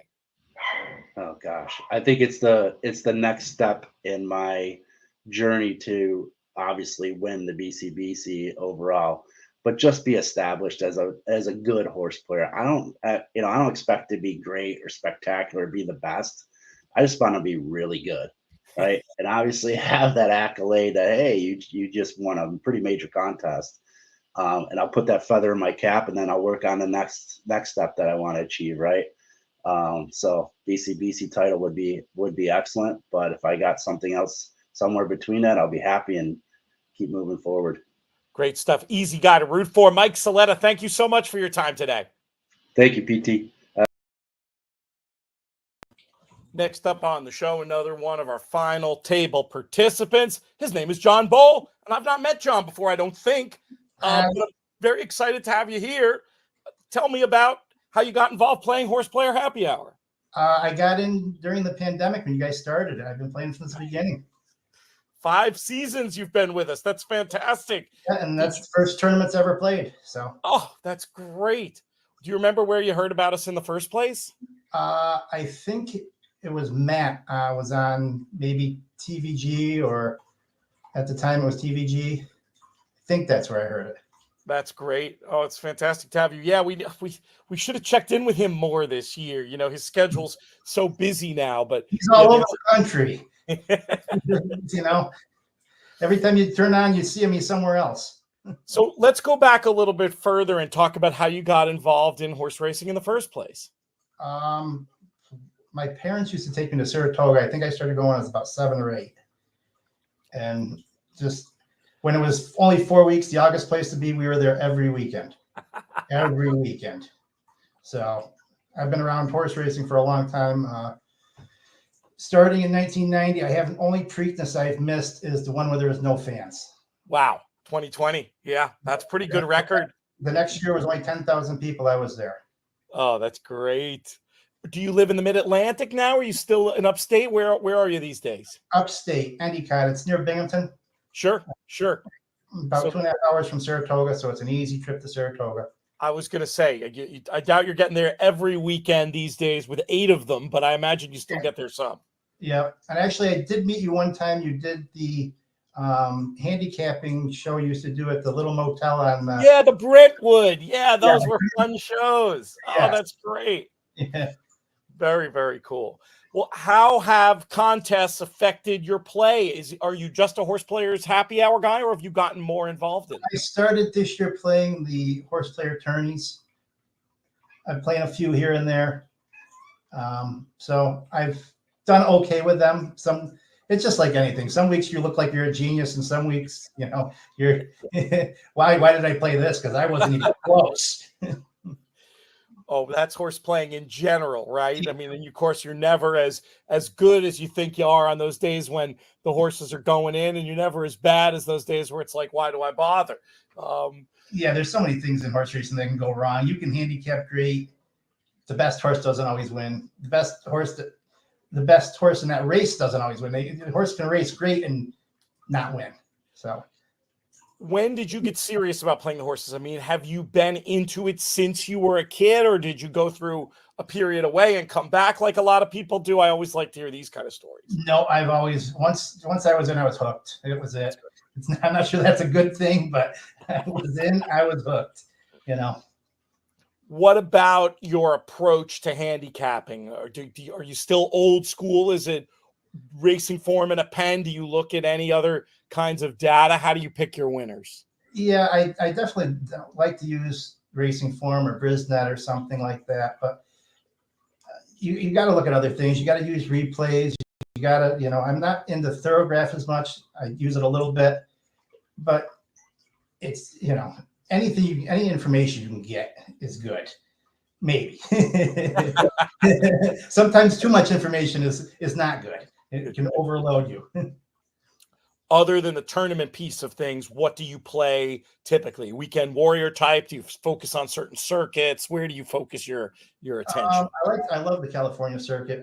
I'm hoping that they get some more horses out there. Del Mar is one of my favorites. It's just such good betting at Del Mar. You can get prices all the time there. I like Keeneland. Even though I live in New York, I'm not a big like Aqueduct Belmont, but I will play a lot at Saratoga. Sure. I seem to struggle with those tracks downstate. I don't know why. I don't know what it is down there. It's just a different handicapping than Saratoga for some reason.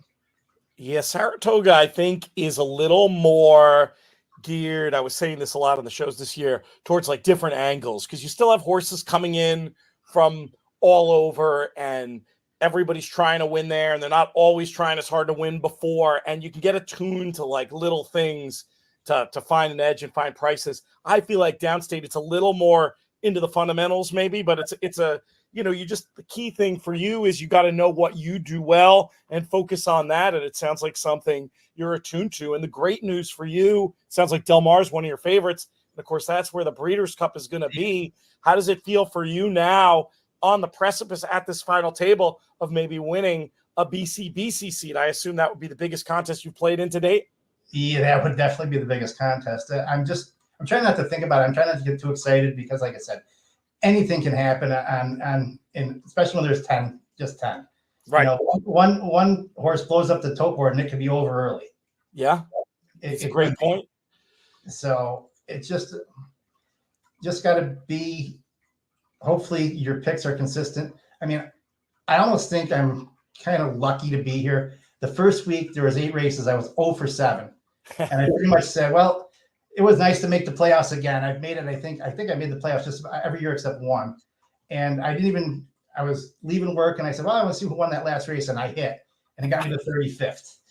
And I'm like, oh my God. I just started laughing. I'm like, well, I had another week. Oh, that's great. Then last week, the second week was the same thing. I'm like, looking, I had a bunch of seconds and I'm like, well, top 20 doesn't look good. And then I hit the last 2 and it was chalk.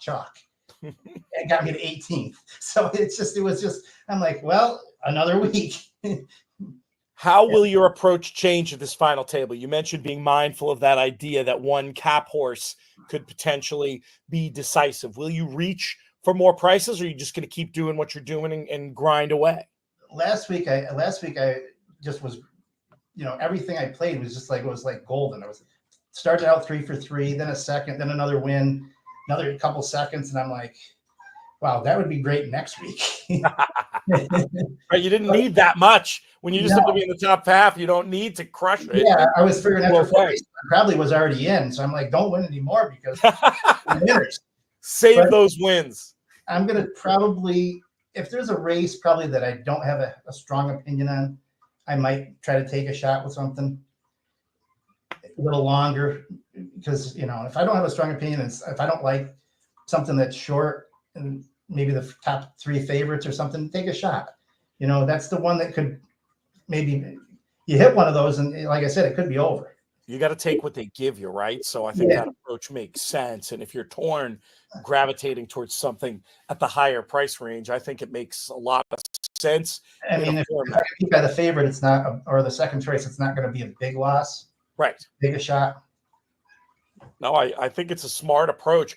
Will you do any extra work for these 8 races that are going to be part of this live stream? Have you started your prep already? We're talking here on Tuesday afternoon. I'm assuming that it's going to, I didn't look to see if the races are up yet. They are. Okay. So, but I'm assuming it was probably the same as the last couple of weeks, Keeneland and Aqueduct. Correct. So they were drawing Saturday. So I took a little peek on Sunday, just to see, is there something that sticks out? Didn't do a full dive, but I just went through a few of the races and I said, well, there's something here, something there that I might like. Love it. What do you do for a living? I am a bus driver for the county. Oh, fantastic. Yeah. So do you, what's your schedule like? I mean, do you get to have weekends off to focus on racing at that point, or do you have to? Monday through Friday. So. Gotcha. So that works out perfect. I don't have the big bus. We have like a paratransit that like for people with disabilities. Sure. So I drive those. It's all scheduled every day for me. So I come in, I know how long I'm going to be there all day. So what time I'm going to get done. So. Will you be working during the final table? I mean, with the pick and pray format, it doesn't really hurt you. You just gotta, make sure your eyes aren't on your phone when these races are going off. Exactly. So I think they started around 3. I'd probably be done by 4:30. So I'll miss the first couple. Gotcha. But last week I was actually traveling. I was out of town. So I stopped at a restaurant at like 2 and make sure there's no scratches. Yes. Smart. And then I said, okay. And by the time I got home, the first 4 were in, and I'm like already at like $35. And I'm like, this should be good enough. I don't know. Sometimes watching it is just like, you see the bad beat and you're just like, oh. That happened, I think it was last year, the year before, I finished 22nd. And I lost the bob in the last race with like a 6 or 7 to 1 shot that would have got me into the top 20. I lost, it was a whisker. And I'm like, sometimes not watching and just seeing the results is better. You finish third. Okay, I finished third. I don't have to go back and see if it was a 3-horse photo. You don't have to deal with the stress. Oh no, I hear that logic completely. How about Breeders' Cups in terms of attending them live? Have you been to one in person? I have. 1999 down at Gulfstream. Nice. I was there. Cat Thief won it. I couldn't have picked that horse if you told me he was going to win. He won the Classic. That was maybe a bad handicapping day. I don't think I cashed a ticket that day. It wasn't easy. I remember it not being easy. I think who was second or third? Wasn't it like Bud Royale at like $1,000,000 to 1, second or third?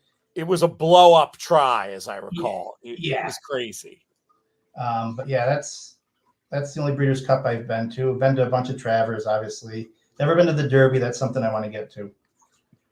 Well, the Preakness tradition is a good one for sure. If you win your way in, any chance you'd make it out to Breeders' Cup, or you take advantage of playing from I'd remote? probably play online.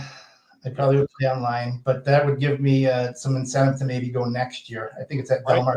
I think it's at Del Mar again next year. It is back to back at Del Mar. We've got a video coming up celebrating all the back-to-back winners in Breeders' Cup history in tribute to the back-to-backs at Del Mar. So that's not a bad idea at all to start thinking about next year. I think based on this conversation, I'm pretty sure you'd love it. Yeah, I've never been. I want to go. I've never been to Santa Anita or Del Mar. I'd like to go to both of them, but Del Mar, I think Del Mar during the summer, though, as they say, it's just amazing in the summer. They're both really special places. As just a plant, I might even give the nod. I will give the nod to Santa Anita. It's just a very friendly place to watch racing, but Del Mar's super cool. It's got its own vibe, and obviously you're right there on the beach. It's you'd enjoy both. Make both happen is my advice to you. But I think Del Mar's probably got a little bit after party around the area is what I hear. Definitely. There's such great restaurants. I mean, there's cool stuff around Santa Anita, but I mean, Del Mar, you're spoiled for choice in terms of all the great stuff. It'll be a heck of a party, Breeders' Cup this year and next. And I heavily suggest that you try to make it next year. I think you'll have a great time. I definitely want to do that. Well, John, we wish you great luck here at the final table, and we'll check in with you again soon. Appreciate your time today. Oh, hopefully it's after I win it, then we can have another conversation. There you go. You'll be done with your shift. You can pop right back on the live stream. 1 out of 10. Just good luck to everybody out there. Somebody's going to get a dream come true this week. Great stuff, John. Thanks so much. How fun was that? I said it a couple of times talking to players. It's true of every single one of them. It's an easy group to root for, Mike, don't you think? Yeah, it's great. These guys are all legitimate DGen hardcore horse players. I mean, but it's fun to actually hear these interviews, and you do a great job with these guys, and just kind of getting their backstories and how they got into racing, what they look forward to. Everybody has those Breeders' Cup memories, which is phenomenal. Like I love that, and I'm thinking back to my favorite Breeders' Cup memories and things that it takes you back. And I think anybody watching this probably has a lot of that going on. I think that's right. And it's fun to be able to have such a like-minded group of people. And I love the stories about players getting other players involved. Let's go to this leaderboard because we've had a major shakeup. You talked about James Malar needing to get going, and get going he did, because with 2 races left, he's now in top. Yeah, great pick there. He's gotten money in the last 2 races. The big long shot won the race at Keeneland there, race number 7. Nobody had, but James picked up place. Rohan was the one that they did have at Aqueduct. Yeah, the other one was a huge price. Right. So, and then 11-1 won the Aqueduct finale there. So, and that was a big push from, if you listen to Andy and Nick's podcast, and I know Nick was, fancied the 2 there. So once again, this information's out there in the Money Media. You just have to, pay attention, and James right on top of that leaderboard. He's in the driver's seat. It's interesting to see 3 of the 10 having that 10-1 shot. And that's great that I assume Nick would have picked on top in the InTheMoneyPodcast.com daily write-up he does. Something that I don't plug enough is all the great free content we have day in, day out, free tips and analysis over at InTheMoneyPodcast.com. That's interesting. So Rich got richer in terms of the open contest, because when we look before, Ken Malacone was in first place and he had about 60. Well, thanks to Rohan, he's now really solidified that, but it's not going to be easy with David Snyder right in behind, less than $1 or just over $1 back behind him. Plenty others in, all to play for with 2 races left at Keeneland. Going back to that Rohan for a second, what was the I don't know if you have the PP cut in front of you, or remember what Nick and Andy said, but what was the angle on that horse? I always think it's fascinating when you have a horse that's 10-1 that 3 of our 10 sharp contest players came up with. So if you listen to the pod, Nick and Andy, they were very confused with the ride last time on this horse. And it was a drop last time on Eric Cancel. And the comments were, well, I'm not really sure what he was doing with this horse last time. And, ended up, kind of an interesting trip. And they were willing to maybe forgive that. And now this horse was third time back. And he got, I thought, an excellent ride in that race. It was sat back off a very hot pace. Switched outside and just flew by. I mean, that was certainly a much better and more an Eric Cancel type of ride also.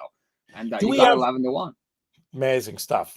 Good on you if you listen to Nick and Andy, or good on you if you're one of our final table 3 that had that one all to play for here. Why don't we go back to that final table leaderboard quick, and then do we have 3 more interviews? Or is it just 2? Real quick. Let me take a look. If it's 3 more, we should probably start one. If it's 3 more, we should start one sooner rather than later. But yeah, if you're following along at home right now, James, it's great because we have the top 4 players all have different horses, which is 4 more actually. 4 more interviews. Okay, we're running out of time. Let's rock one. Then we'll come back real quick to recap, and then I don't know. We're running out of time. Hopefully one of them short and we can get them all in, but let's get to one right now. Next up, one of our In the Money media regulars, who's also a regular when it comes to HorsePlayers Happy Hour. He's punched his ticket for the big dance through our HorsePlayers Happy Hour tour before. He's trying to do it again in 2024. You've read his work over at inthemoneypodcast.com. You've seen him on social media. He's Michael Damable. Michael, what's up, buddy? Hey, Pete. Yeah, another. I should probably just pencil in a late October conversation with you every year, because I think I might be the most tenured HorsePlayer Happy Hour final tablist at this point with 3 in a row. It is amazing, and it goes to show that it's not random. I mean, if you're playing, how would you describe the secret for your success? I mean, how much of it is showing up every week and playing max entries? How much of it is luck? Like, how do you sort of define the pattern of success you've had in these events? Yeah, I think showing up every week, essentially with the way the rules are currently constructed, ensures that you're going to make the playoffs, because to go 15 weeks and not have at least a couple, top 10 finishes, accrue enough tour points to make the playoffs, that would be statistically improbable, I think. And then I think the way the playoffs are structured, with it being 1 and 2 essentially every week to get down to the final 10, that really suits my style, because I feel pretty confident that on a card of 8 to 10 races, the horses I can pick can get me, $20-$30, which is often enough to advance in a 1 of 2 format. So getting to the final table isn't always that difficult from the playoffs, but then this 1 in 10 is where the strategy is going to have to change a little bit. Try to win the whole seat versus just finishing in the middle of the pack again. We have talked about that with other of the final table. It's just different theories on how you might approach that. Where do you stand? How much will you change what you're doing for this 1 in 10? And how much is it just going to be similar to how you played all year long when you had to be in the top 10% to advance to play on Saturday in the BCBC qualifiers? Yeah, I think it's a lot different than the first rounds of the playoff, but not too dissimilar from the HorsePlayer Happy Hour week in and week out games. I kind of equate it probably most similarly to the strategies I take in the Saturday qualifier. So like the 179s, which are often like 1 in, 19, 20. Yeah.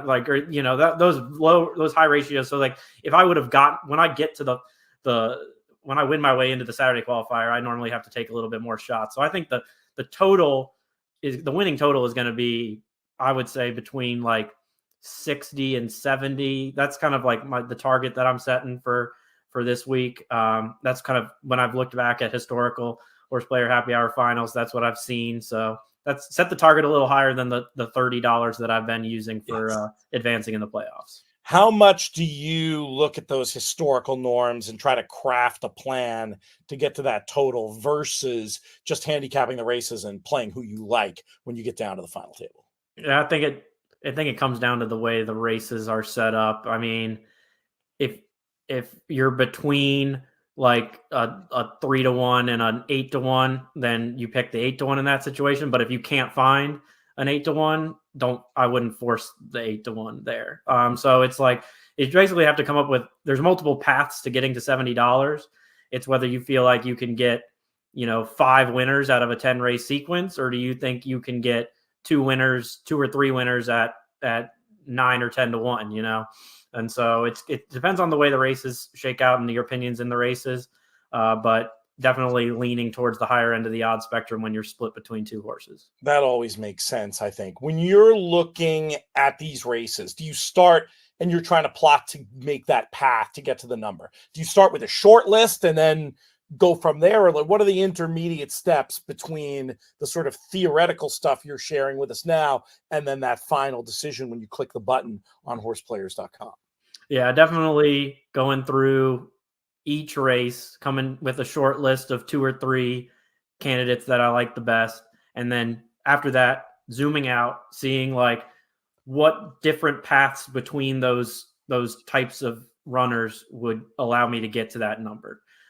So, if that is, if I go through the races and all I'm seeing in most races are like 3 to 4 to 1 shots, then I'm just going to pick the horse I like the best in every race. But if I see races where there's a couple places where I can get, a 20 to 1 shot or a 15 to 1 shot, I'm going to pick that horse because that can be the one that vaults me. That can be the separator to vault me right to the top. I think that's what happened last year when I won the final table. Was there were two of us that had the same, I think it was like 15 or 20 to 1 at Belmont at the Big A. And then if you didn't have that, then you were probably up against the 8 ball. So that's kind of where, if I can find a long shot that I like, then I'm going to be playing it. Yeah, it makes perfect sense. It's very good, very impressive to be able to be back in this position a third year in a row. Very pleased to have you part of the team. I know you're going to be helping us out on the In the Money Plus side, doing some Breeders' Cup coverage, the analytical, excellent work you're known for. Remind me again, what race are you writing about? I think I'm going to write about the Breeders' Cup Filly and Mare Sprint, if that memory serves correct. So a little Ways and Means Society action, we'll see, and then maybe there'll be a few others that show up, and we'll break it down for you. What will be your approach typically, do you think, in a race like this, wagering wise? Are you more at Breeders' Cup somebody who's going to be looking for a horizontal way in, or are you looking to get into verticals potentially, or just keep it simple with win, play, show? Yeah, I think for that race, I would say most likely it's going to be in horizontals. If the other races in the sequence, they have so many different pick X bets so you can almost find a pick X bet with the races you like the best. So if that's one of the races I like the best, then I can find other, like maybe it's the all dirt pick 4, or maybe it's the Filly and Mare Sprint double with the next race after it. I'm more of a horizontal player by nature than verticals for sure. So it'll probably be in that regard. You're spoiled for choice when it comes to betting at the Breeders' Cup, that's for sure. And if you want to read Michael's horse-by-horse analysis along with the rest of the team, plus lots of other extra info we have this year, trip notes, figure equivalents for foreign horses, inthemoneypodcast.com/plus. That's the place to check it out. How much work have you done so far on this year's Breeders' Cup? I forget how in advance you start doing your work, or if you're more of a wait till you have PPs type of a player. I'm more of a wait till we have pre-entries type player, but I definitely am tuned in terms of knowing the players, following it regularly, following all the major circuits, following all the major preps. So the names won't be unfamiliar to me when I'm open those PPs, but I try to keep an open mind up until the day, the weeks, 10 days leading up to the race, just so that if there's any unforeseen defections, then I'm not losing sleep over those. Should you hit the double, should you win at the final table and head back to the BCBC, have you thought about what your strategy might be in there? I mean, I know you're very analytically minded about this stuff. I mean, could you see yourself going whole hog trying to win the thing? Do you see yourself taking a more conservative approach, or have you not gotten that far yet? I would say, I've been reading Matt Miller's book, A Better Way of Thinking, and trying to let those lessons just seep into me, because, I think it's the way he approaches it is the optimal strategy. And it's very difficult to put yourself in that mindset. I've played in 2 BCBC so far, and I feel like one of them, my opinions were just not good enough to get it done no matter what strategy I took.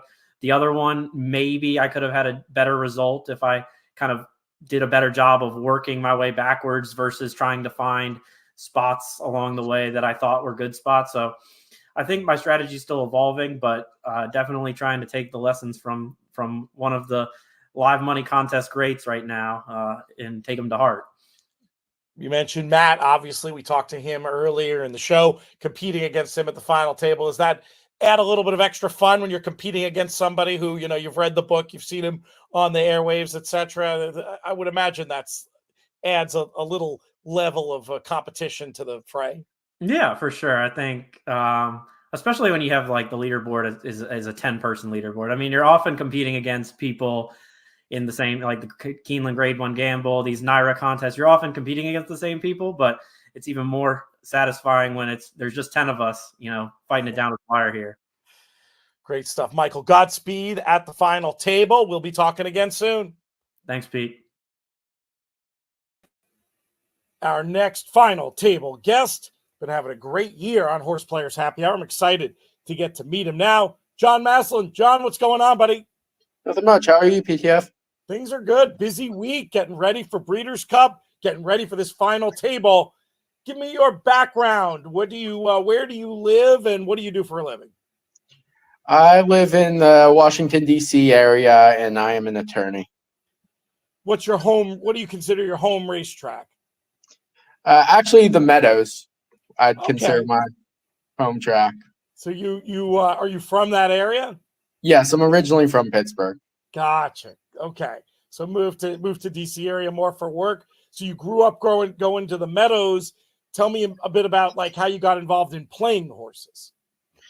I started going when I was a kid, and back then we had the old call-a-bet service, and I'd stop at the local 7-Eleven and pick up a program, and they had a TV channel dedicated to the Meadows where they showed all the races.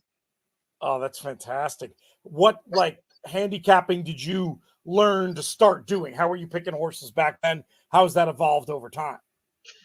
I mean, back then I was mainly just using speed figures, class, and it's definitely evolved where I look a lot more to pace now, and try to see some trips. I don't consider myself the best trip handicapper in the world, but it's always fun, though, that subjective view you can get of looking at a race through trips. It can definitely set your opinion aside from the crowd. That's something you've done successfully in contests this year to earn your way to the final table. Tell me where you first heard of HorsePlayers Happy Hour. On the podcast. Oh, nice. So you how far back with us do you go? Back to the DRF days. Nice. Old school. We like that. We love hearing that. And what about your strategy in these contests? And what is your history in HorsePlayers Happy Hour? Like how have you been with us in these since the beginning? And how's your strategy evolved? Yeah, I don't get to play every week just because of work, but I've been playing some of the contests since the beginning. And my strategy really hasn't changed all that much. I think that, I have no problem going for a home run. And I finish with 0 a lot, and I have no problem with that. They say, especially back in the day, you could tell who the good players were a lot of times by how willing they were to finish with 0. So, I mean, depending obviously on the format and what your goals are, but it sounds to me as somebody who doesn't mind taking swings, maybe this 1 of 10 at the final table isn't such a big deal for you. It might play to your strengths if you're willing to take some shots at long shots. Correct. I think that could distinguish me here. What is your greatest achievement in contests up to this point? I won the Meadowlands Survivor contest a few years ago. And that was just one horse every day through the meet kind of thing? 3 horses every day through the meet, $2 win place show. And if your horse, at least one of your horses had to finish in the money each day. And if you got 2 strikes where that didn't happen, you were eliminated from the contest, even if you were high up there. Interesting. Totally different kind of format. What's your history in the Breeders' Cup? Have you played in the BCBC before? Do you watch every year? Have you ever been in person? Never been in person. I do watch it every year, and I haven't played in the BCBC yet. What would it mean to you to have an opportunity to swing on that kind of a stage? I think it would be fun, especially this year out at Del Mar with the international representation that we're expecting. I think there's going to be some great racing. No doubt about it. Always exciting when it has that Olympic feel. And Del Mar with the ship from Japan, it seems like we're going to have a huge contingent of their horses. What do you do in terms of trying to get a line on the foreign form at a day like the Breeders' Cup? I think you can look at especially with the JRA, they have all the replays online. You can go back and look at that. Can try to get some folks that make figures and have figure equivalencies to see how fast they've been running. And then obviously those that have shipped either to Hong Kong or to the Middle East, you can use some of those performances as well. Yeah, there is info out there. We're obviously going to be doing a ton, both on our YouTube channel and, of course, on the In the Money Plus side to help folks out with that. Have you thought ahead to what your strategy might be should you win this seat at the final table? Yeah, I mean, I think that I haven't picked out any horses, but I have a broad strokes view of how I would approach the tournament. That's for sure. What would that be? Are you looking to try to win it all or something more conservative? Yeah, I mean, there's no reason to enter it if you're not going to try to win it all. It's throwing away $2,500. So I think, I think the estimates of what it's going to take to win right now are a bit low. I would expect that number has continued to increase over the years, and I think you're going to see it continue to increase. So I wouldn't be surprised if you needed about 225 to win. Oh, wow. That's a bold prediction. And you might just be right. I mean, you're right. We've seen it go up every year, but that's a big number.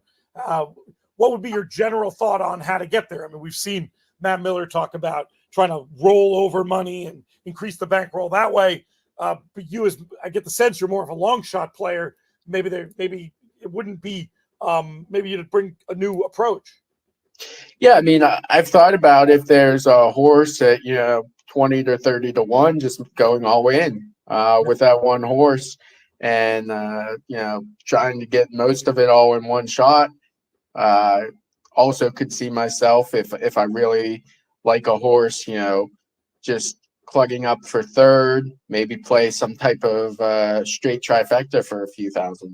Yeah, I think those ideas are smart. Trying to be surgical, but maybe going on the longer end of the odds spectrum. We haven't seen that done, at least not in a while, in the BCBC, and certainly not to the degree where you'd end up with a couple of hundred on the bankroll. But I love the ambitious strategy. We appreciate your support all year long on HorsePlayers Happy Hour, and wish you the best of luck here at the final table, my friend. Thanks, BTF.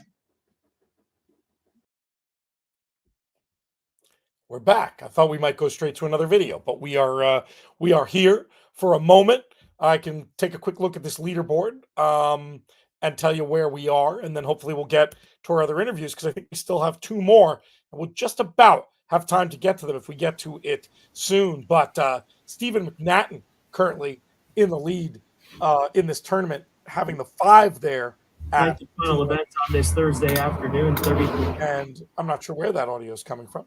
Mikey P, what's going on? Well, that was me with a little Keeneland audio there. So that's been rectified.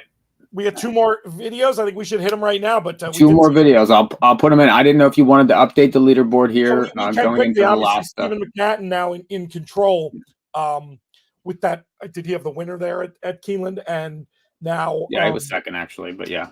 Mm-hmm. There you go. But still, David Pyrz. I mean, yeah, David Pyrz definitely, I think, drawn live with that 5 runner. John Masson would be blocked. Nathan with the 9. Would that give him a chance? He might be outside looking in. Looks like it's going to be a battle between those top 3.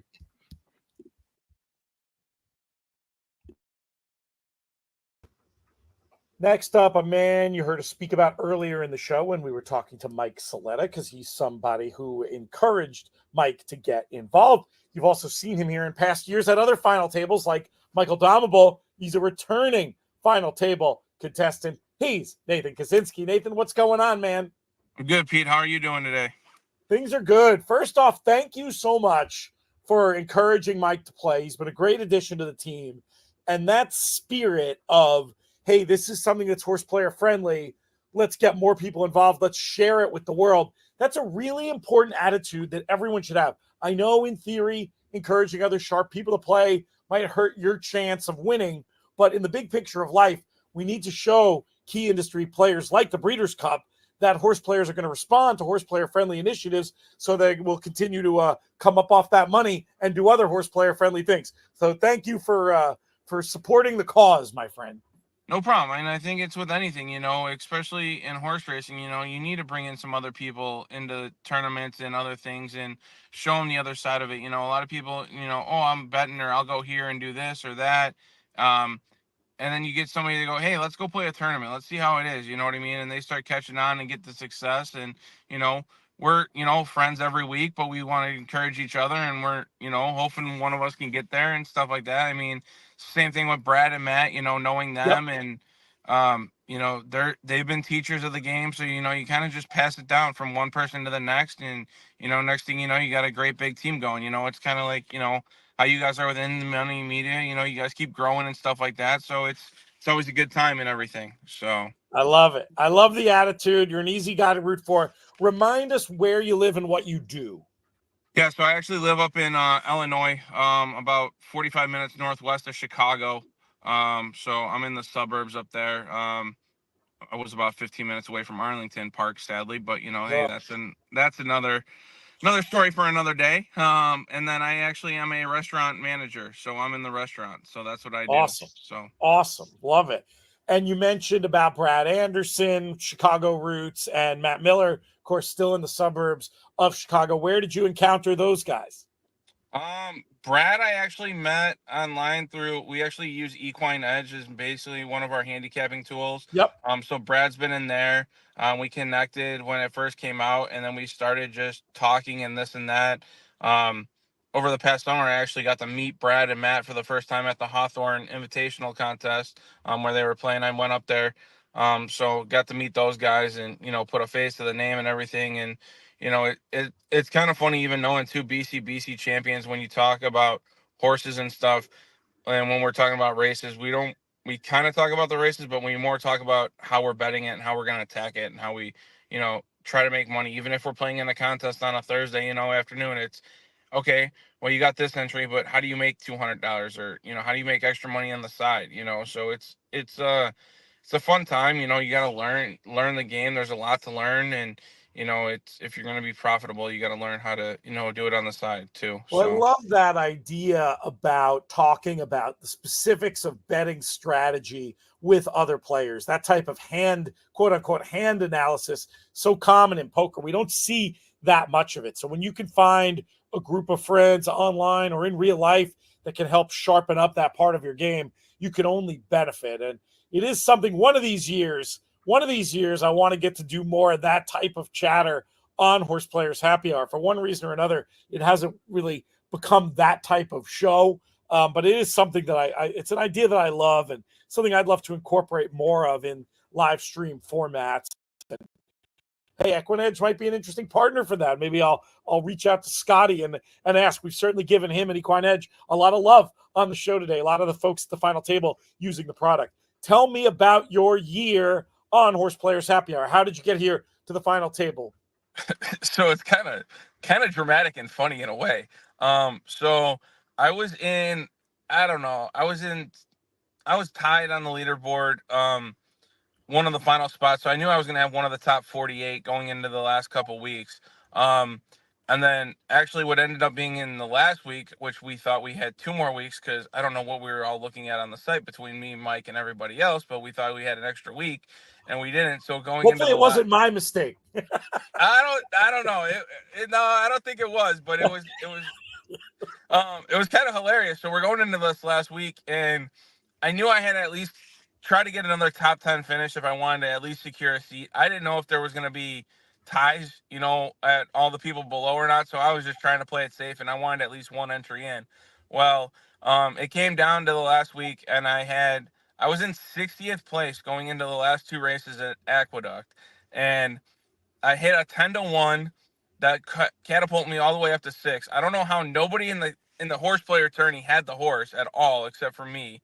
And Crazy. Then the last race, it was actually, I remember this because it's, I'm going to plug Matt here, but it was the Sassy Alley horse. And if you know how that horse held on in the last stretch and looked absolutely beat. The horse went right by and she just would not quit. It came right back and won.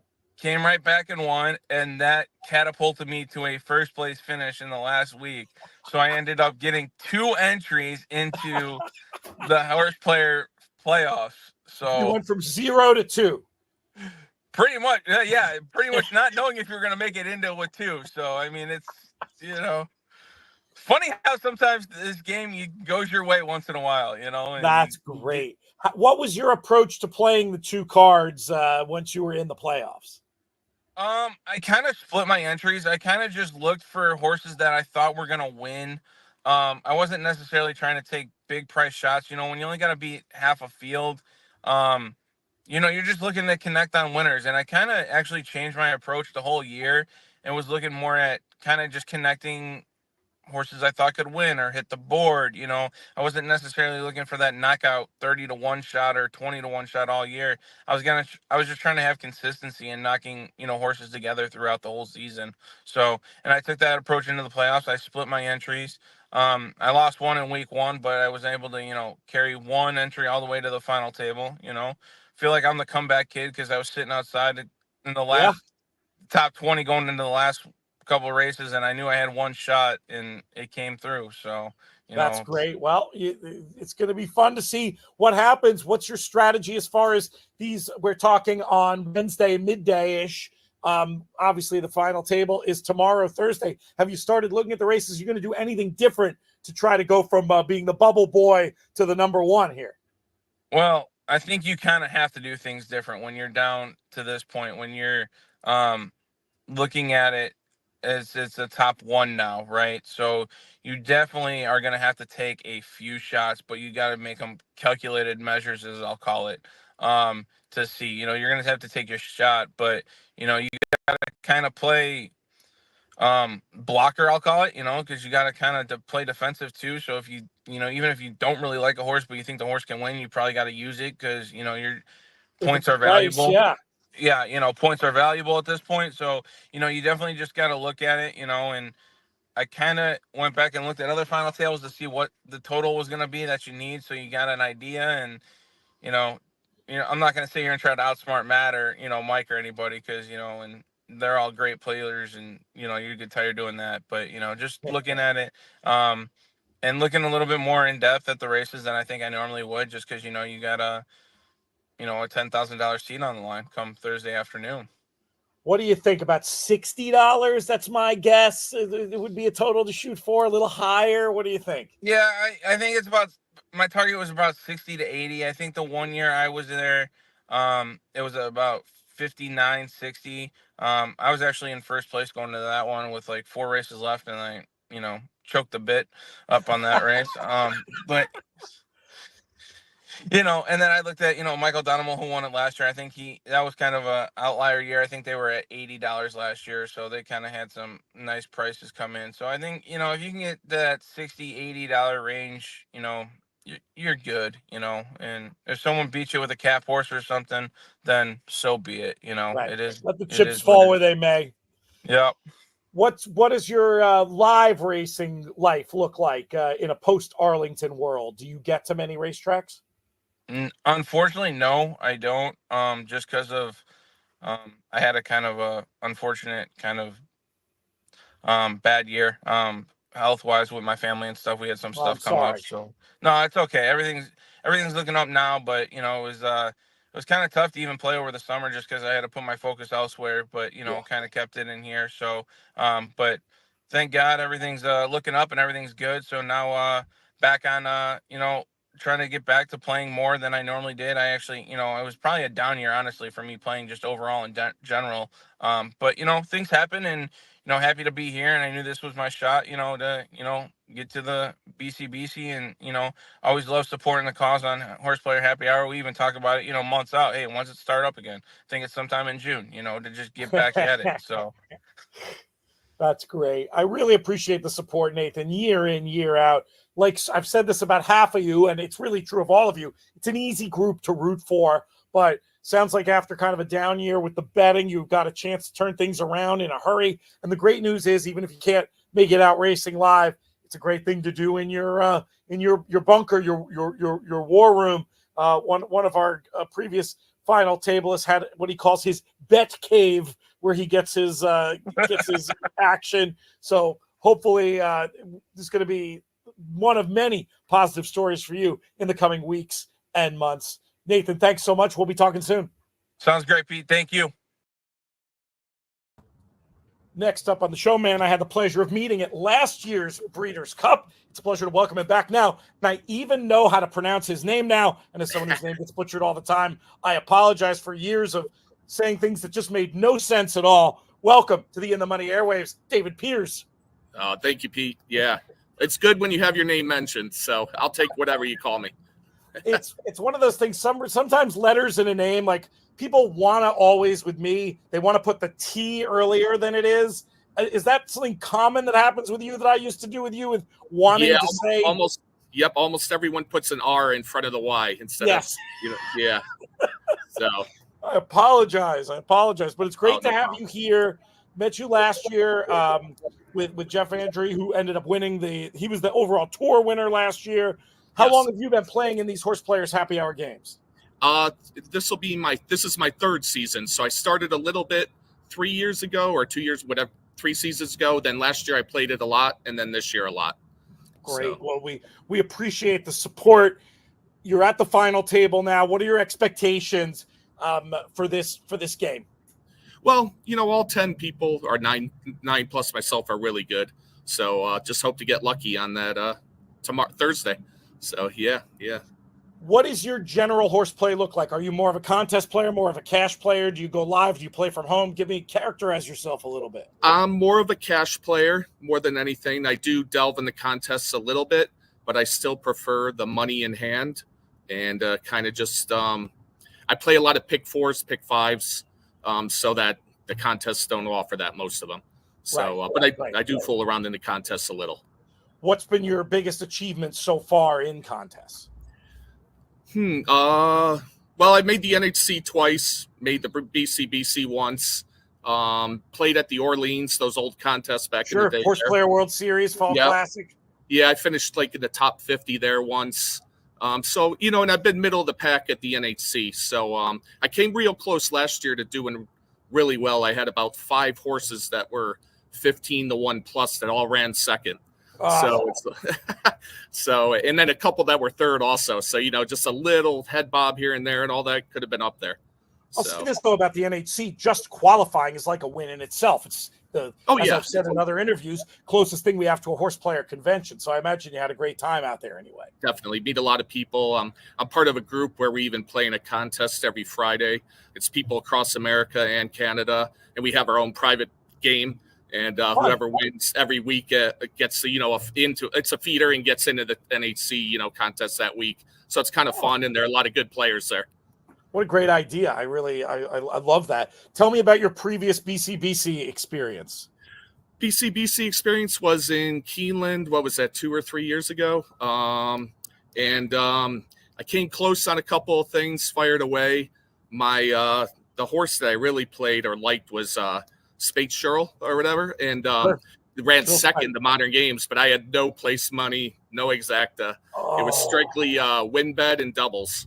and and then I had another horse in the sprint, Obesos, who I think was like 4th or 5th that year, but was running on, and he was a really big price. So you've been close. I mean, it's just a question. You turn some of these seconds into winners, and anything can happen from there.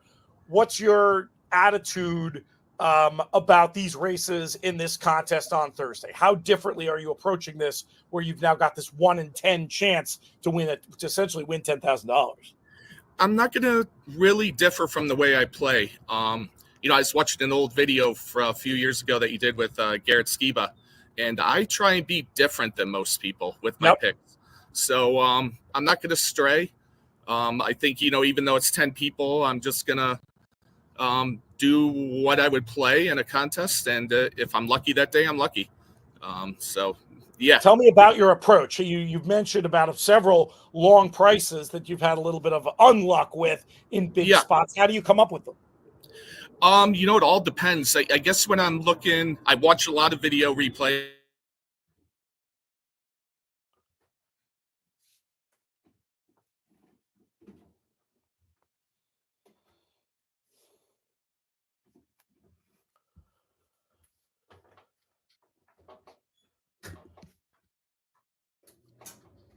I watch a lot of replays, and then I don't use any software. I kind of just come up with my own picks and my plays. I actually look for bad horses first on the running lines. One of my number one plays is an eased horse. If I see an eased running line, I'm gonna look at it and maybe use it. I love that. The idea being, if you can find a good horse with a bad last line, that's an opportunity to get value, try to zig where most of the crowd's going to be zagging, I imagine. Yeah, exactly.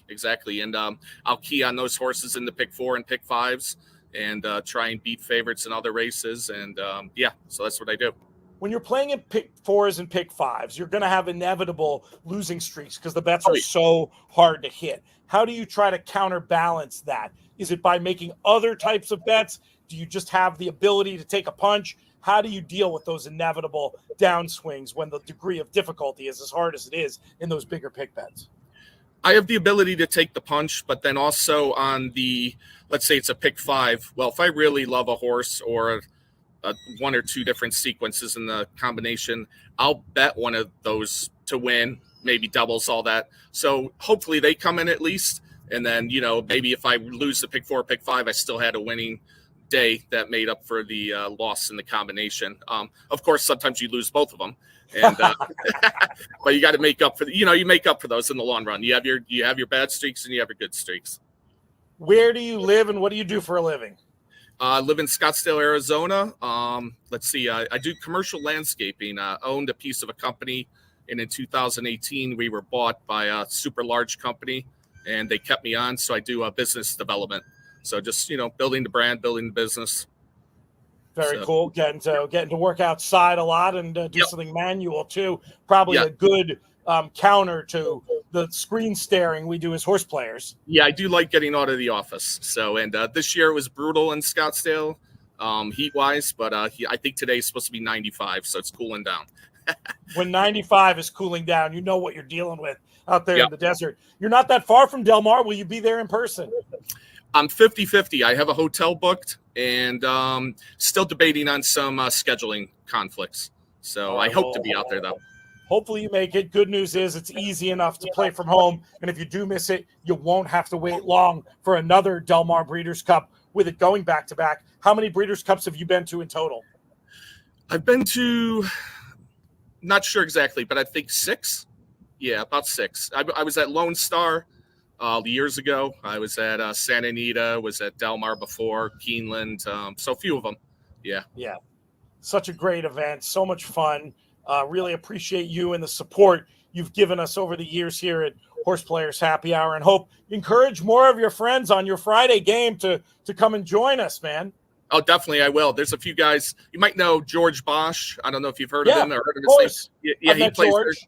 He plays every Friday. And Dino Herrera, and trying to think who else. There's a bunch of guys on there, though, from across America. So it's a fun group and a good horse playing group. So it's good competition. That's what's fun, is to be able to compete and win, but also be happy for your friends if they do well. Last question for you. What would it mean to you if you can get this $10,000 seat at the final table today? Oh, it'd be great. It would, just representing you and In the Money Media as the playoff winner, and then hopefully firing away and getting some luck on that day. Godspeed, my friend. Really appreciate you. We'll talk soon. Thanks, Pete. Have a great day.